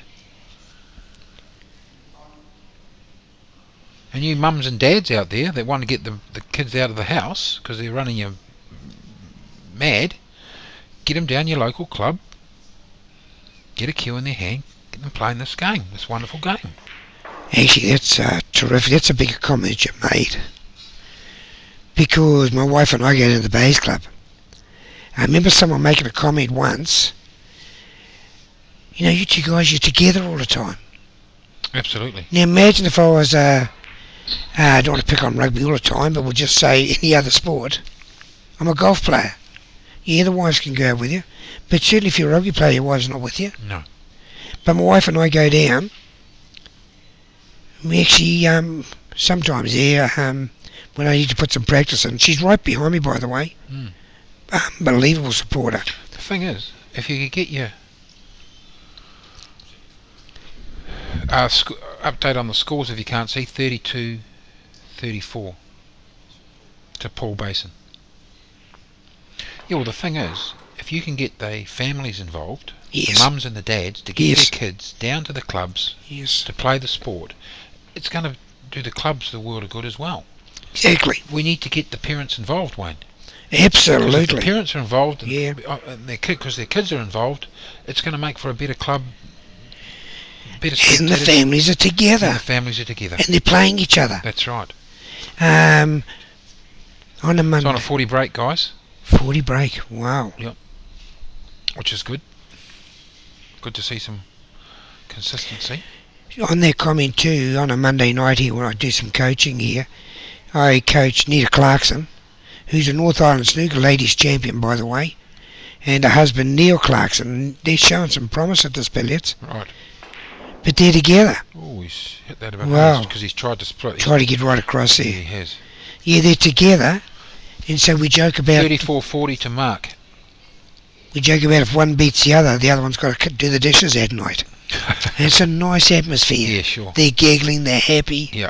It's And nice. that's what the game brings out, It does. It's not an expensive sport, It's not like cricket or tennis or where it costs a lot of money for gear and stuff. All you have to do is go down your local billiard shop, buy yourself a cue, get some chalk, go down your local club. What does it cost? $50-$60 a year? Join your local club? I think it's only 20 or 30 for a RSA. RSA? Well, there you go. Yeah. I mean, how cheap's that? Well, don't forget they do supply cues. They do supply You cues as first well. start off, yeah. Sure. But it's always nice to have your own cue. And the one thing is, if you do decide that you want to take it up, get some coaching so you can learn the basics from an early age rather than teaching yourself bad habits, Wayne, eh? So you learn good habits. So you learn good habits. Well said, Tony.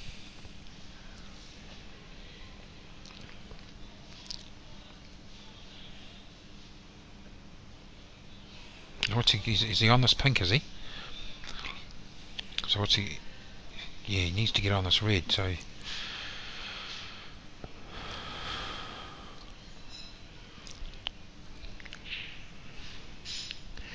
Is he looking for a snooker?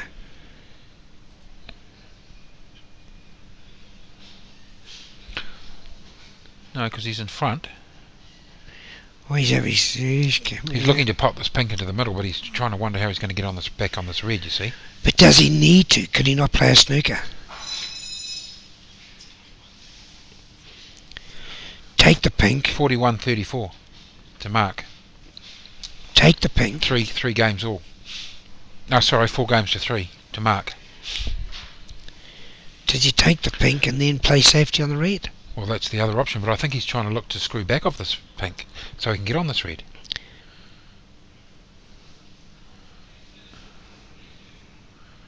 Or maybe he's decided to play a snooker.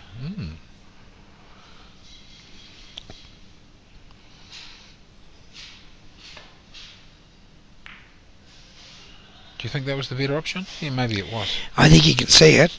Well, I'm certain he can see it, actually. What he's done is he's put the yellow on the side rail Yeah, to sort of like make it a bit harder for Paul to have to clear. sure. Oh, clever shot. Clever shot, That's Paul. actually quite a good safety shot in snooker Yeah. when you hit the ball. Squash cannon. Yeah. Yeah. Can actually bring the white right back up the table. It's a clever shot. I don't think it's on the corner pocket. From here, I'd say it's not on either corner pocket. No, it's not. He played this on the pink, wouldn't he go up the table? Yeah. No, he's played that well. Trying to sneak her in behind the He brown. has, actually. Yeah, just a little bit short, but good effort. Well, Paul, I'd say Paul will try and cut. I don't know what the... No, he No, I won't think cut he's it. going the other side. No, I think he's hitting it towards... Yeah. Oh, he's trying to get him clever. behind the pink. That's a good shot. Bad luck. Good effort. You don't forget, when these guys finish tonight, they go home. No concussion. No, Home with their families. sure.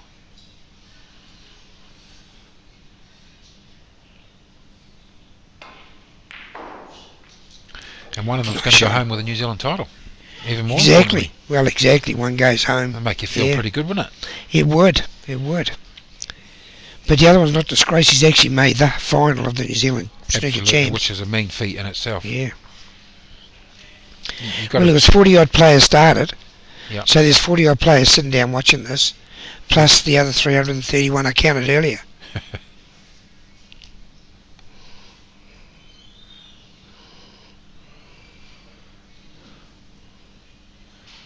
just looking to keep it tight here, I think.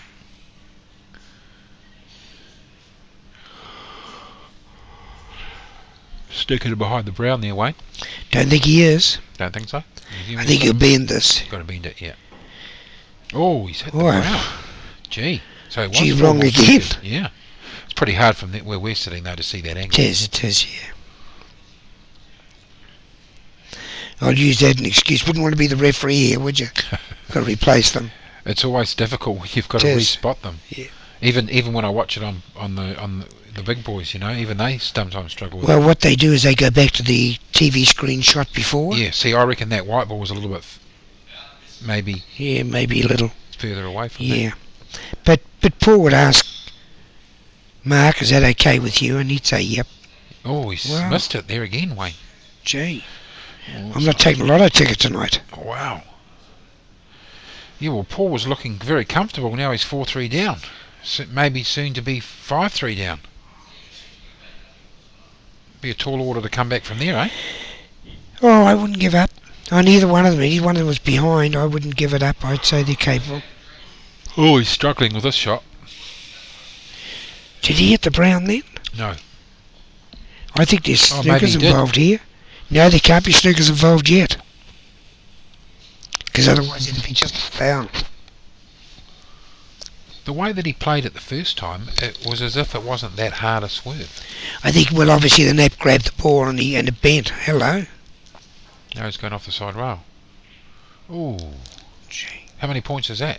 16? I'd say that's at least 16. So they're having a look. No, it's... It's always hard, that foul and miss rule, eh? It can punish you. Yes, The I difference between winning and losing, eh? it is. And he's missed it again. Oh, God. No, so now he must need snookers. See how they didn't Yeah, that's right. make that the foul and That's miss. right. Yeah. That's right. That's quite hard on the player when you get to that stage, eh?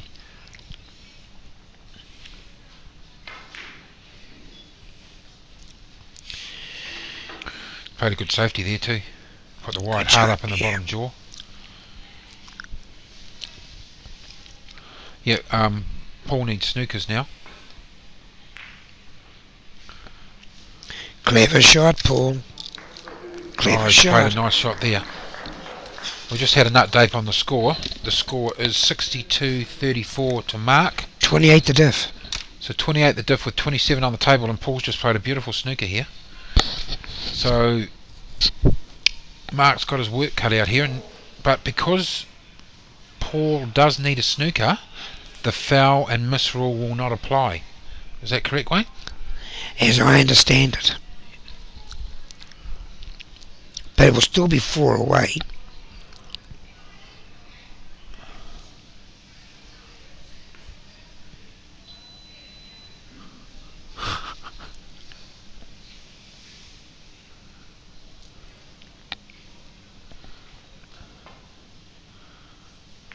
Oh, he's hit the green. See, but that doesn't go back because he needed snookers required. So now Now he doesn't. Now he doesn't. So any snookers from here, that would have been a foul and a miss. And the white would have gone back, and that would have been a tougher one for him to get out of, eh?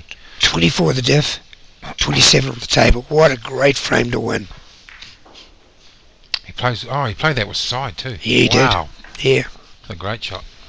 Good confident shot. He plays with jigger well, eh? You don't see him miss. Tell you what odds the bookies here? I tell you what, this is bread and butter for him. It is. He's so confident in those long ones. Talking of bread, what's your favourite bread? I like Baker's Trust, Baker's Delight. There's a new one actually that's just come out. Is there? Yeah, Molenberg. My wife Where's the cooks. white going? He's played that well. So a nice little stun shot here for the black there, Wayne. Yes. And he's burgled that frame. And that's what Paul's badass. To see the elbow, he's dead straight with the table.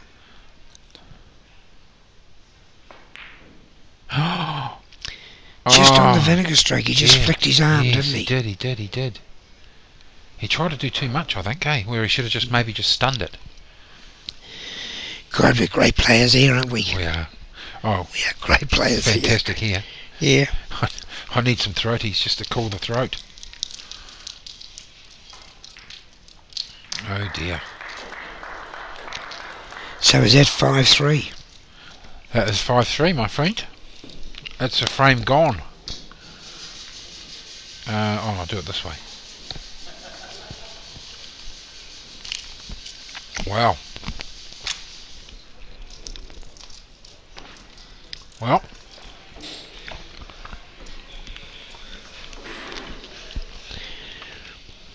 got a match on our hands. 5-3 to Mark Canovan.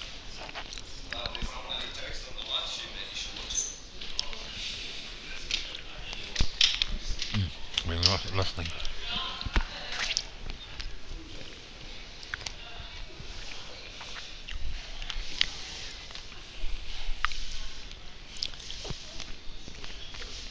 For all you players that have just joined us, this is our New Zealand Snooker Champs 2014.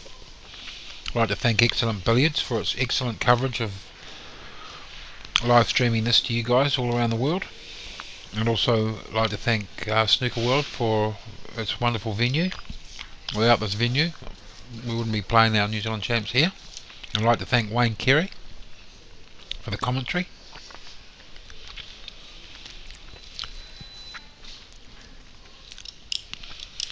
Alright folks, we're down. Frame score at the moment is 5-3 to Mark. We're into the 9th frame. Best of 11. Have you ever watched Arborist work, Tony? Arborists? Arborist, yes I have. Yeah. Well, we had one the other day just out in front of us. What's his name? Actually, it's very similar to Matt's business. Tree Excellence. Sure. This guy's name was. And this tree had to be about 120 feet in the air. This guy just climbs up with a bit like air staff down below and just drop, sort of 3 feet at a time. Yeah, they do that. Yeah. Incredible. I watched them do a tree just down from our place.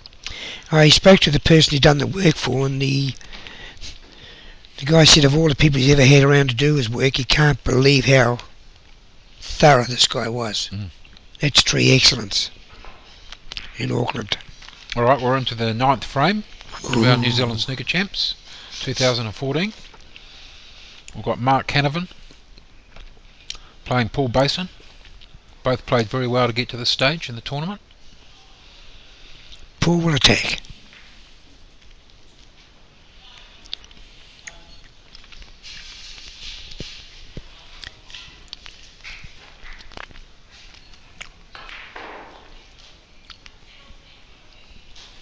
Well, it's all or nothing for Paul now. It is. But he won't die wondering, I can tell you that. Oh, he won't roll over and play dead. I know that for a fact. He wants this title more than anyone, Yeah, Wayne. he does, yeah. I mean, he's no spring. Oh, he's gone and off though. That's a Vital mistake.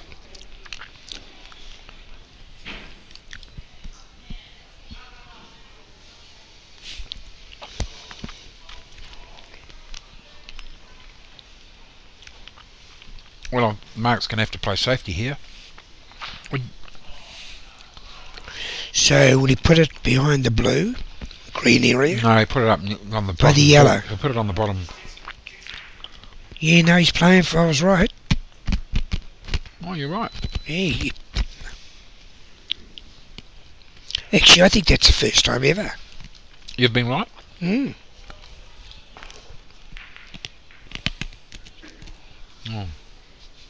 sorry.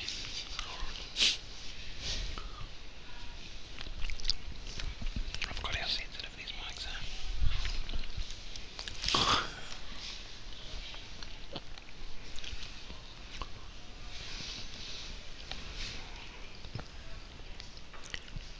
Do you know Matt was here at 8 o'clock this morning, setting this all up? Matt Edwards. Absolutely brilliant. Excellent billiards. Fantastic. If you want if you're looking to buy a cue or a table, definitely go and see Matt and Mulrooney down at Exon Village there on Alice Road, Glenfield. Got an excellent showroom there. Get down there and have a look. Well, I've got them putting my tips on, and I wouldn't use anyone. That's how good I think they are. Yeah, well, I got them to put one on for me, and it hasn't come off yet. I just don't let anyone put my tips on, mate. No. But cues are special. It's a private thing, isn't it? Absolutely. Talking of cues, for those that would like to know, Mark Canovan used a 17-ounce Robert Osborne 2-piece. Quite a light cue, isn't it? Is that not a normal? Well, they do billiards. They're more lighter than Paul. And Paul Bason uses John Paris. John Paris was a great professional in England. These are John Paris cues, 70.5 ounce. Actually, I have to admit, I saw a fantastic DVD collection of it. It was the World Champs 2008, and they actually showed the cue makers, John Paris cues, being made. Absolutely fantastic, and also the history of the sport. Yes. I wish I'd seen that years ago. So for any young guys out there wanting to learn the game, get yourself a DVD of the World Champs 2008, and it'll take you through the whole history of the game, where the cues are made, the players, the game when it was founded. You know, just everything you need to know about snooker. Fantastic.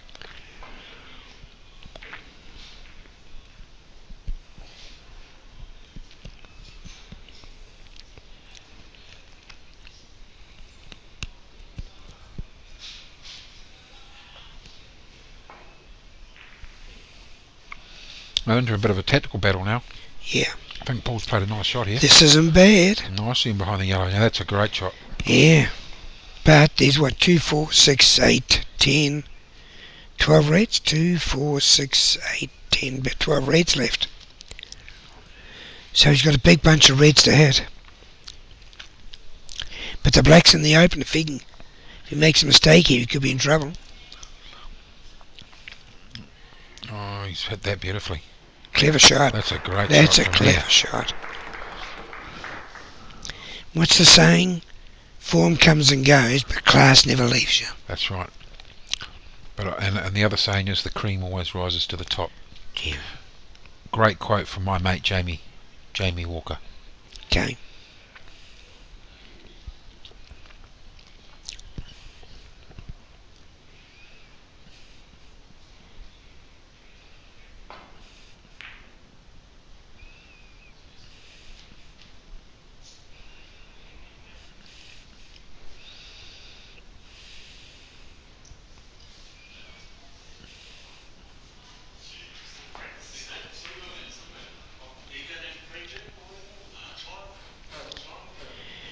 Yeah, you can't blame Paul.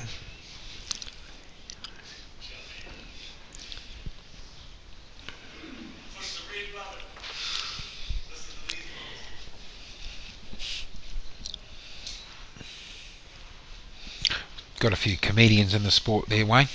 We have. Whoa. Oh, has he made a mistake here? Wow, He's got to be thankful where that finished. I reckon. Can't tell him, maybe on. No, it's not. Paul's got to try and keep him out here if he wants to have any chance of staying in this match. Ooh, has he got lucky here? Is he in behind the brown? No, I don't think he is. These aren't easy, even if it's straight. They're never easy, are they, Wayne, when you're that far No, away they're from not. the, from No, the they're not. red, eh? But if he gets it right, he's on the black, and he be in the middle of them. This is a big shot. Play this, what, dead weight? Or Is this the big shot of the day? this could be the shot that determines who's going to be the New Zealand champion.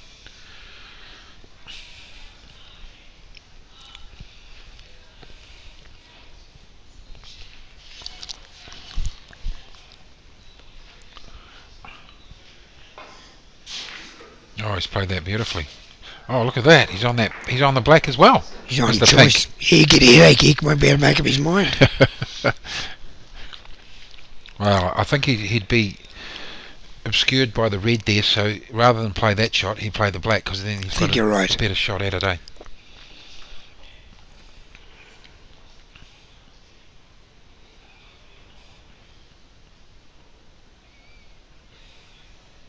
Just so composed at the table, isn't he?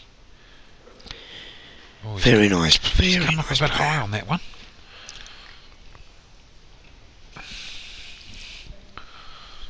He's going to maybe have to take that red up into the top corner there.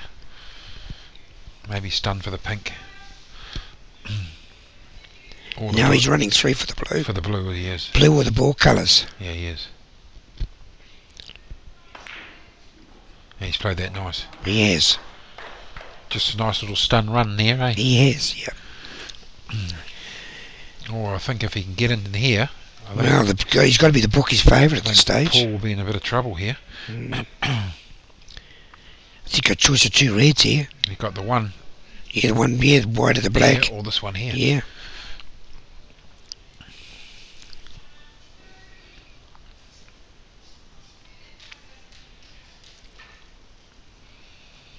Is he quite straight on that? Will he have to screw back on this? Or will he just stun it for the pink into the middle, but then what red has he got? So he wants to probably get high rather than low. So maybe get the white up about here.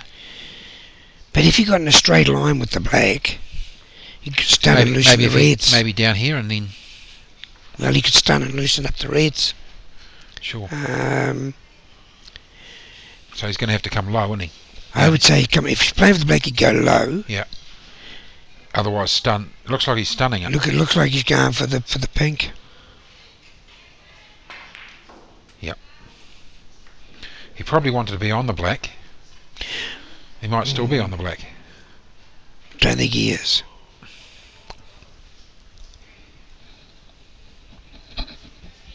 I think he'd prefer to be on the black, don't you? I think so. Yeah. Yes. We were talking earlier about New Zealand's he wanted best to be on the players. black. He wanted to be on the black. You're right. Talking earlier about New Zealand's best players. Obviously, Dino Kane's incredible. But my vote would have to go for Dave Meredith. 15 times New Zealand billiard champion and 4 times New Zealand snooker champion. By the way, when he was billiard champion, it was tough. Wow, Oh, that's a nice shot. Yeah. But he hasn't played it hard enough, or has he? You see, the pink was always going to obscure that red, see? Hadn't thought of that. He's got this Oh, no, he's got a red. red here. He's got a red, yeah. That's a great camera shot, isn't it? It's a great shot. Matt's upstairs sorting that out. You might be able to see the score. Oh, he's gone and off here, because he went and off that red. Did. I've got to get him to show me how he did that for my game. That's right. It might improve your game. He might not be New Zealand champ, he might be world champ if he gets that shot. Yeah. Oh, that's a beautiful shot there by Paul. He's great, isn't he? That's a great shot. He's not going to die. He's not going to roll die over and play dead, is he?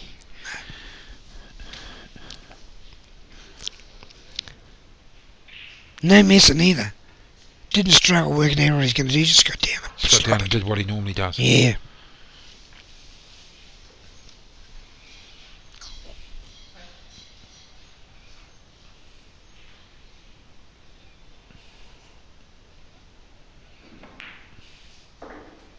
It's a bloody good pot.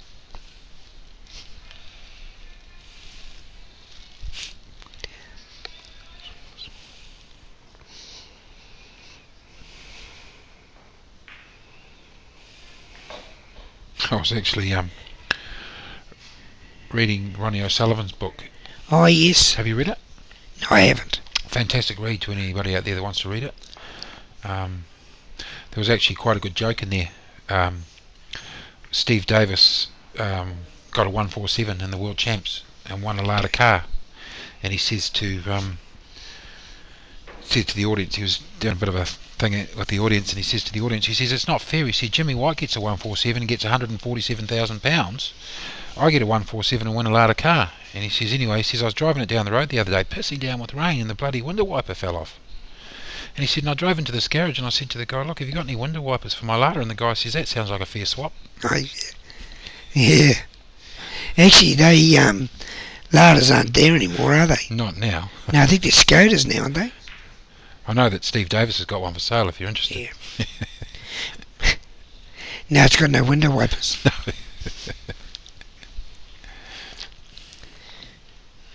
Well, there's a point. Of all the cars, if you were to have any car you liked in your garage, what would it be? What brand? What would it be? I'm an Aston Martin, sorry. I'm an I'm a Lexus man. Oh, the Lexus is Yeah, nice. Toyotas, yeah. Yeah, they're all good. But I'm very impressed with Lexus. I've had a few. I like the finish of the Aston Martin inside, just fantastic. Aston Martin. Yeah. How do you spell that? Auston, isn't it? Aston. M-A-R. Oh, good shot, Paul. Yeah, nice shot. That's probably why I don't like that car. It's too hard to spell. I actually got the pleasure of sitting in a brand new one just recently.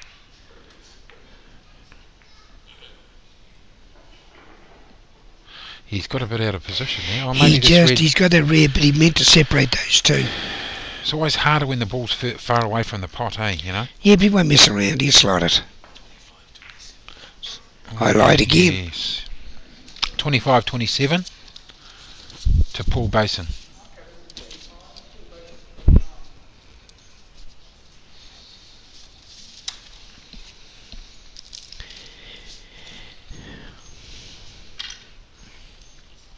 Well, Mark's got a big chance here.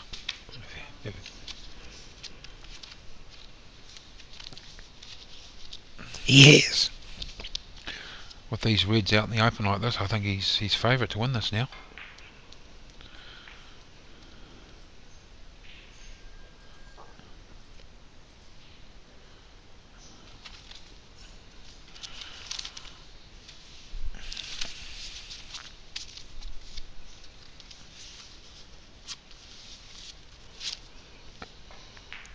Yeah, just played that nice dead weight, Yeah, this is where they practice. What do you think he'll do here? Do you think he's going to try and play this cannon on this red here, or is he going to try and get back up for the other red with the angle that he's got? He's going to come back up, I'm sure. Wouldn't he take the freebie? Yeah, he's taking the freebie. Taking that. Yeah, because that's what all the guns do. Yeah, pot watch there and then worry about the other ones later.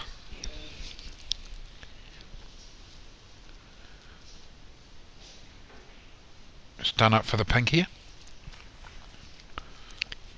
Yeah. Okay, question. Who's the best snooker player you've ever seen?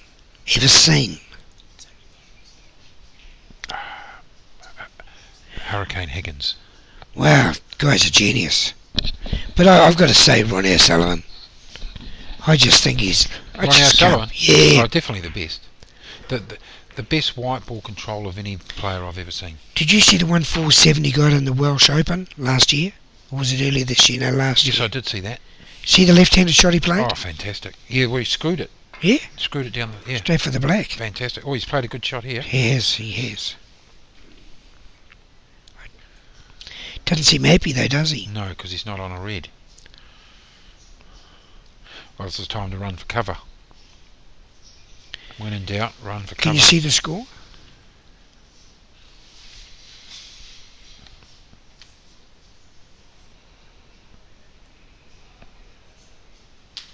Was he going for this?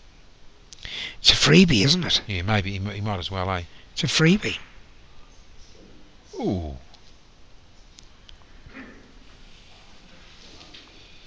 Has he left a plant on here, Wayne?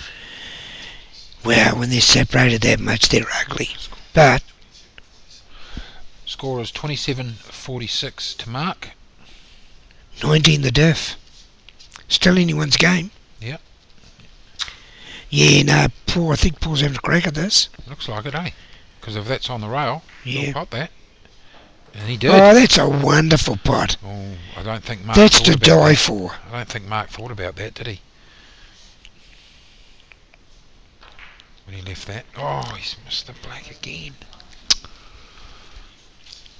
30-46 is the score to Mark. Well, he's just missed an easy black there, folks. That could have been the difference between winning and losing this frame.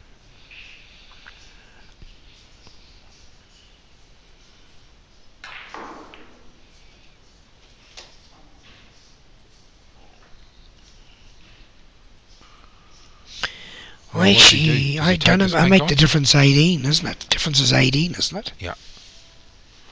So what does he So do? now it's 19. What does he do here, Wayne? Does he pop the slot this pink up into the corner and come back for this red, or No, he'll slot it. I would imagine he'd slot it and go up for that last red. he's quite close to it, so it's not that hard a shot, is it? It's just the distance. You know, he'll wander up for that red. He's playing top here. Look, he's going through. No, he's stunned it. He's Yeah, you're played- right. Crikey Dick, I'm not going to waste my money on a lotto ticket tonight. Played that with such confidence, didn't he? He did. He did. I think this is hard on the kush too. So he'd be on the black here, wouldn't he? He's been good with these ones down the rail with this angle. Been very good. Oh, he's got a little bit unlucky there. Well, he probably didn't need the cannon. I think if I was a betting man, he'd be tucking this right in behind the black. What do you think? I think you're right. Look out, see the front hand so close? Yeah. So it gave away the secret, yeah.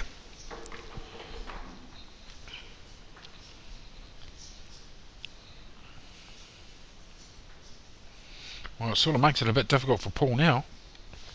He can't afford to giving away too many more points. Oh dear. Well, that's a foul and a miss, folks. So the white ball will go back. And another crack at it.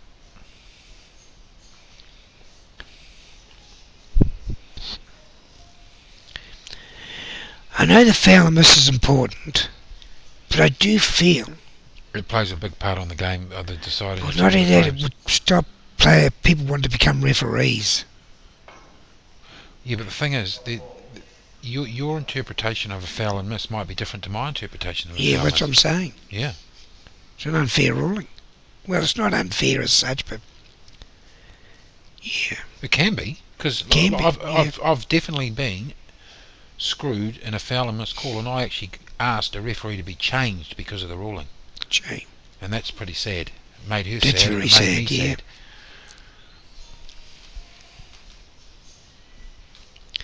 Well, because I play billiards, everyone thinks I know my angles. Mm. When I played snooker, they snookered me, and I've just missed by 1/8 of an inch. Or today's ruling is a centimetre, I suppose. They've actually replaced it, and I'm thinking, hang on a minute. Has he got lucky here and got a snooker? Might have. Oh, he has. Look, it can be so cruel sometimes. This game. The other side of the coin, though. Paul can get out of this. He's got an area to work into that corner now. Tell you what, I don't think He's I think going he's going to from miss it. behind. He's going to Yeah. miss it. No, he's not. He He is. Wow. So look, we'll see. This is the opportunity. He comes knocking. Mark would back himself to pot this, or would you think he'd put it back? No, he pot it. Eh? He pot Gonna it. pot it, yeah. Mark will pot it, yeah. Yep. Selection of colours. Well, this could be the difference between winning and losing. He's played that nice.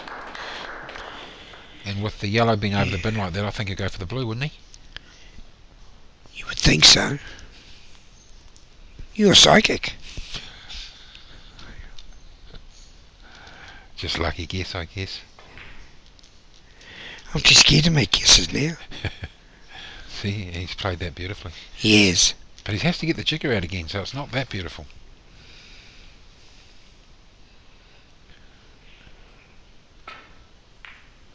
Yeah, he played that nice, didn't he?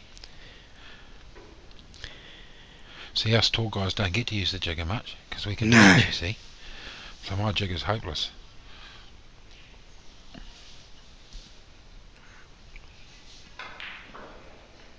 Let's decide to go around the table on this one.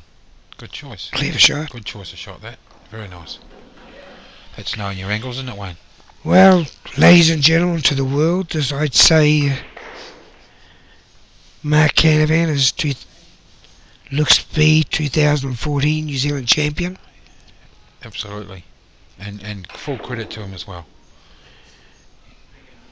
Yep. Absolutely. Well done. Very good. Very good. Gee, Well, I could hear the people. I could hear the claps from upstairs down here. Absolutely. Well, hey, we'd like to thank our audience for viewing in to our live streaming here at Snooker World. Also like to thank Wayne Carey for his efforts today. And to you too, Tony. Oh, thank you, Wayne. Tony, A pleasure to be here. It has been. Yeah, now 2014 New Zealand Snooker champion is Do you notice Mark those balls? Canovan. Those are the perfect set we talked about. Absolutely. They would probably be 3 to 4 points. They would be 139 to 143, I'll bet you. Right. Are they The whole lot. association match balls, are they? They're special balls, yeah. They're special competition balls. Right. That's exactly the type of ball Ronnie Sullivan's playing with. Right. Oh, okay. Okay. All right. Well, There's some of the Australian if you guys would referees. if you guys would like to stick around, we're actually going to do the prize giving for our 2014 Snooker Championships, which will be in about 5 minutes. So if you want to stick around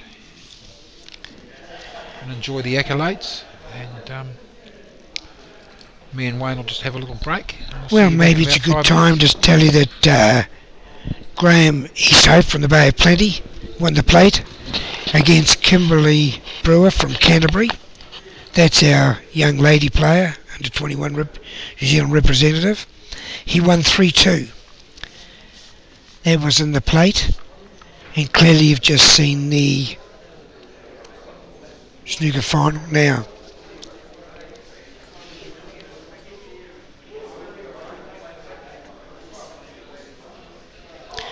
What a wonderful game. Look at that trophy. Wow. Oh, it's magnificent.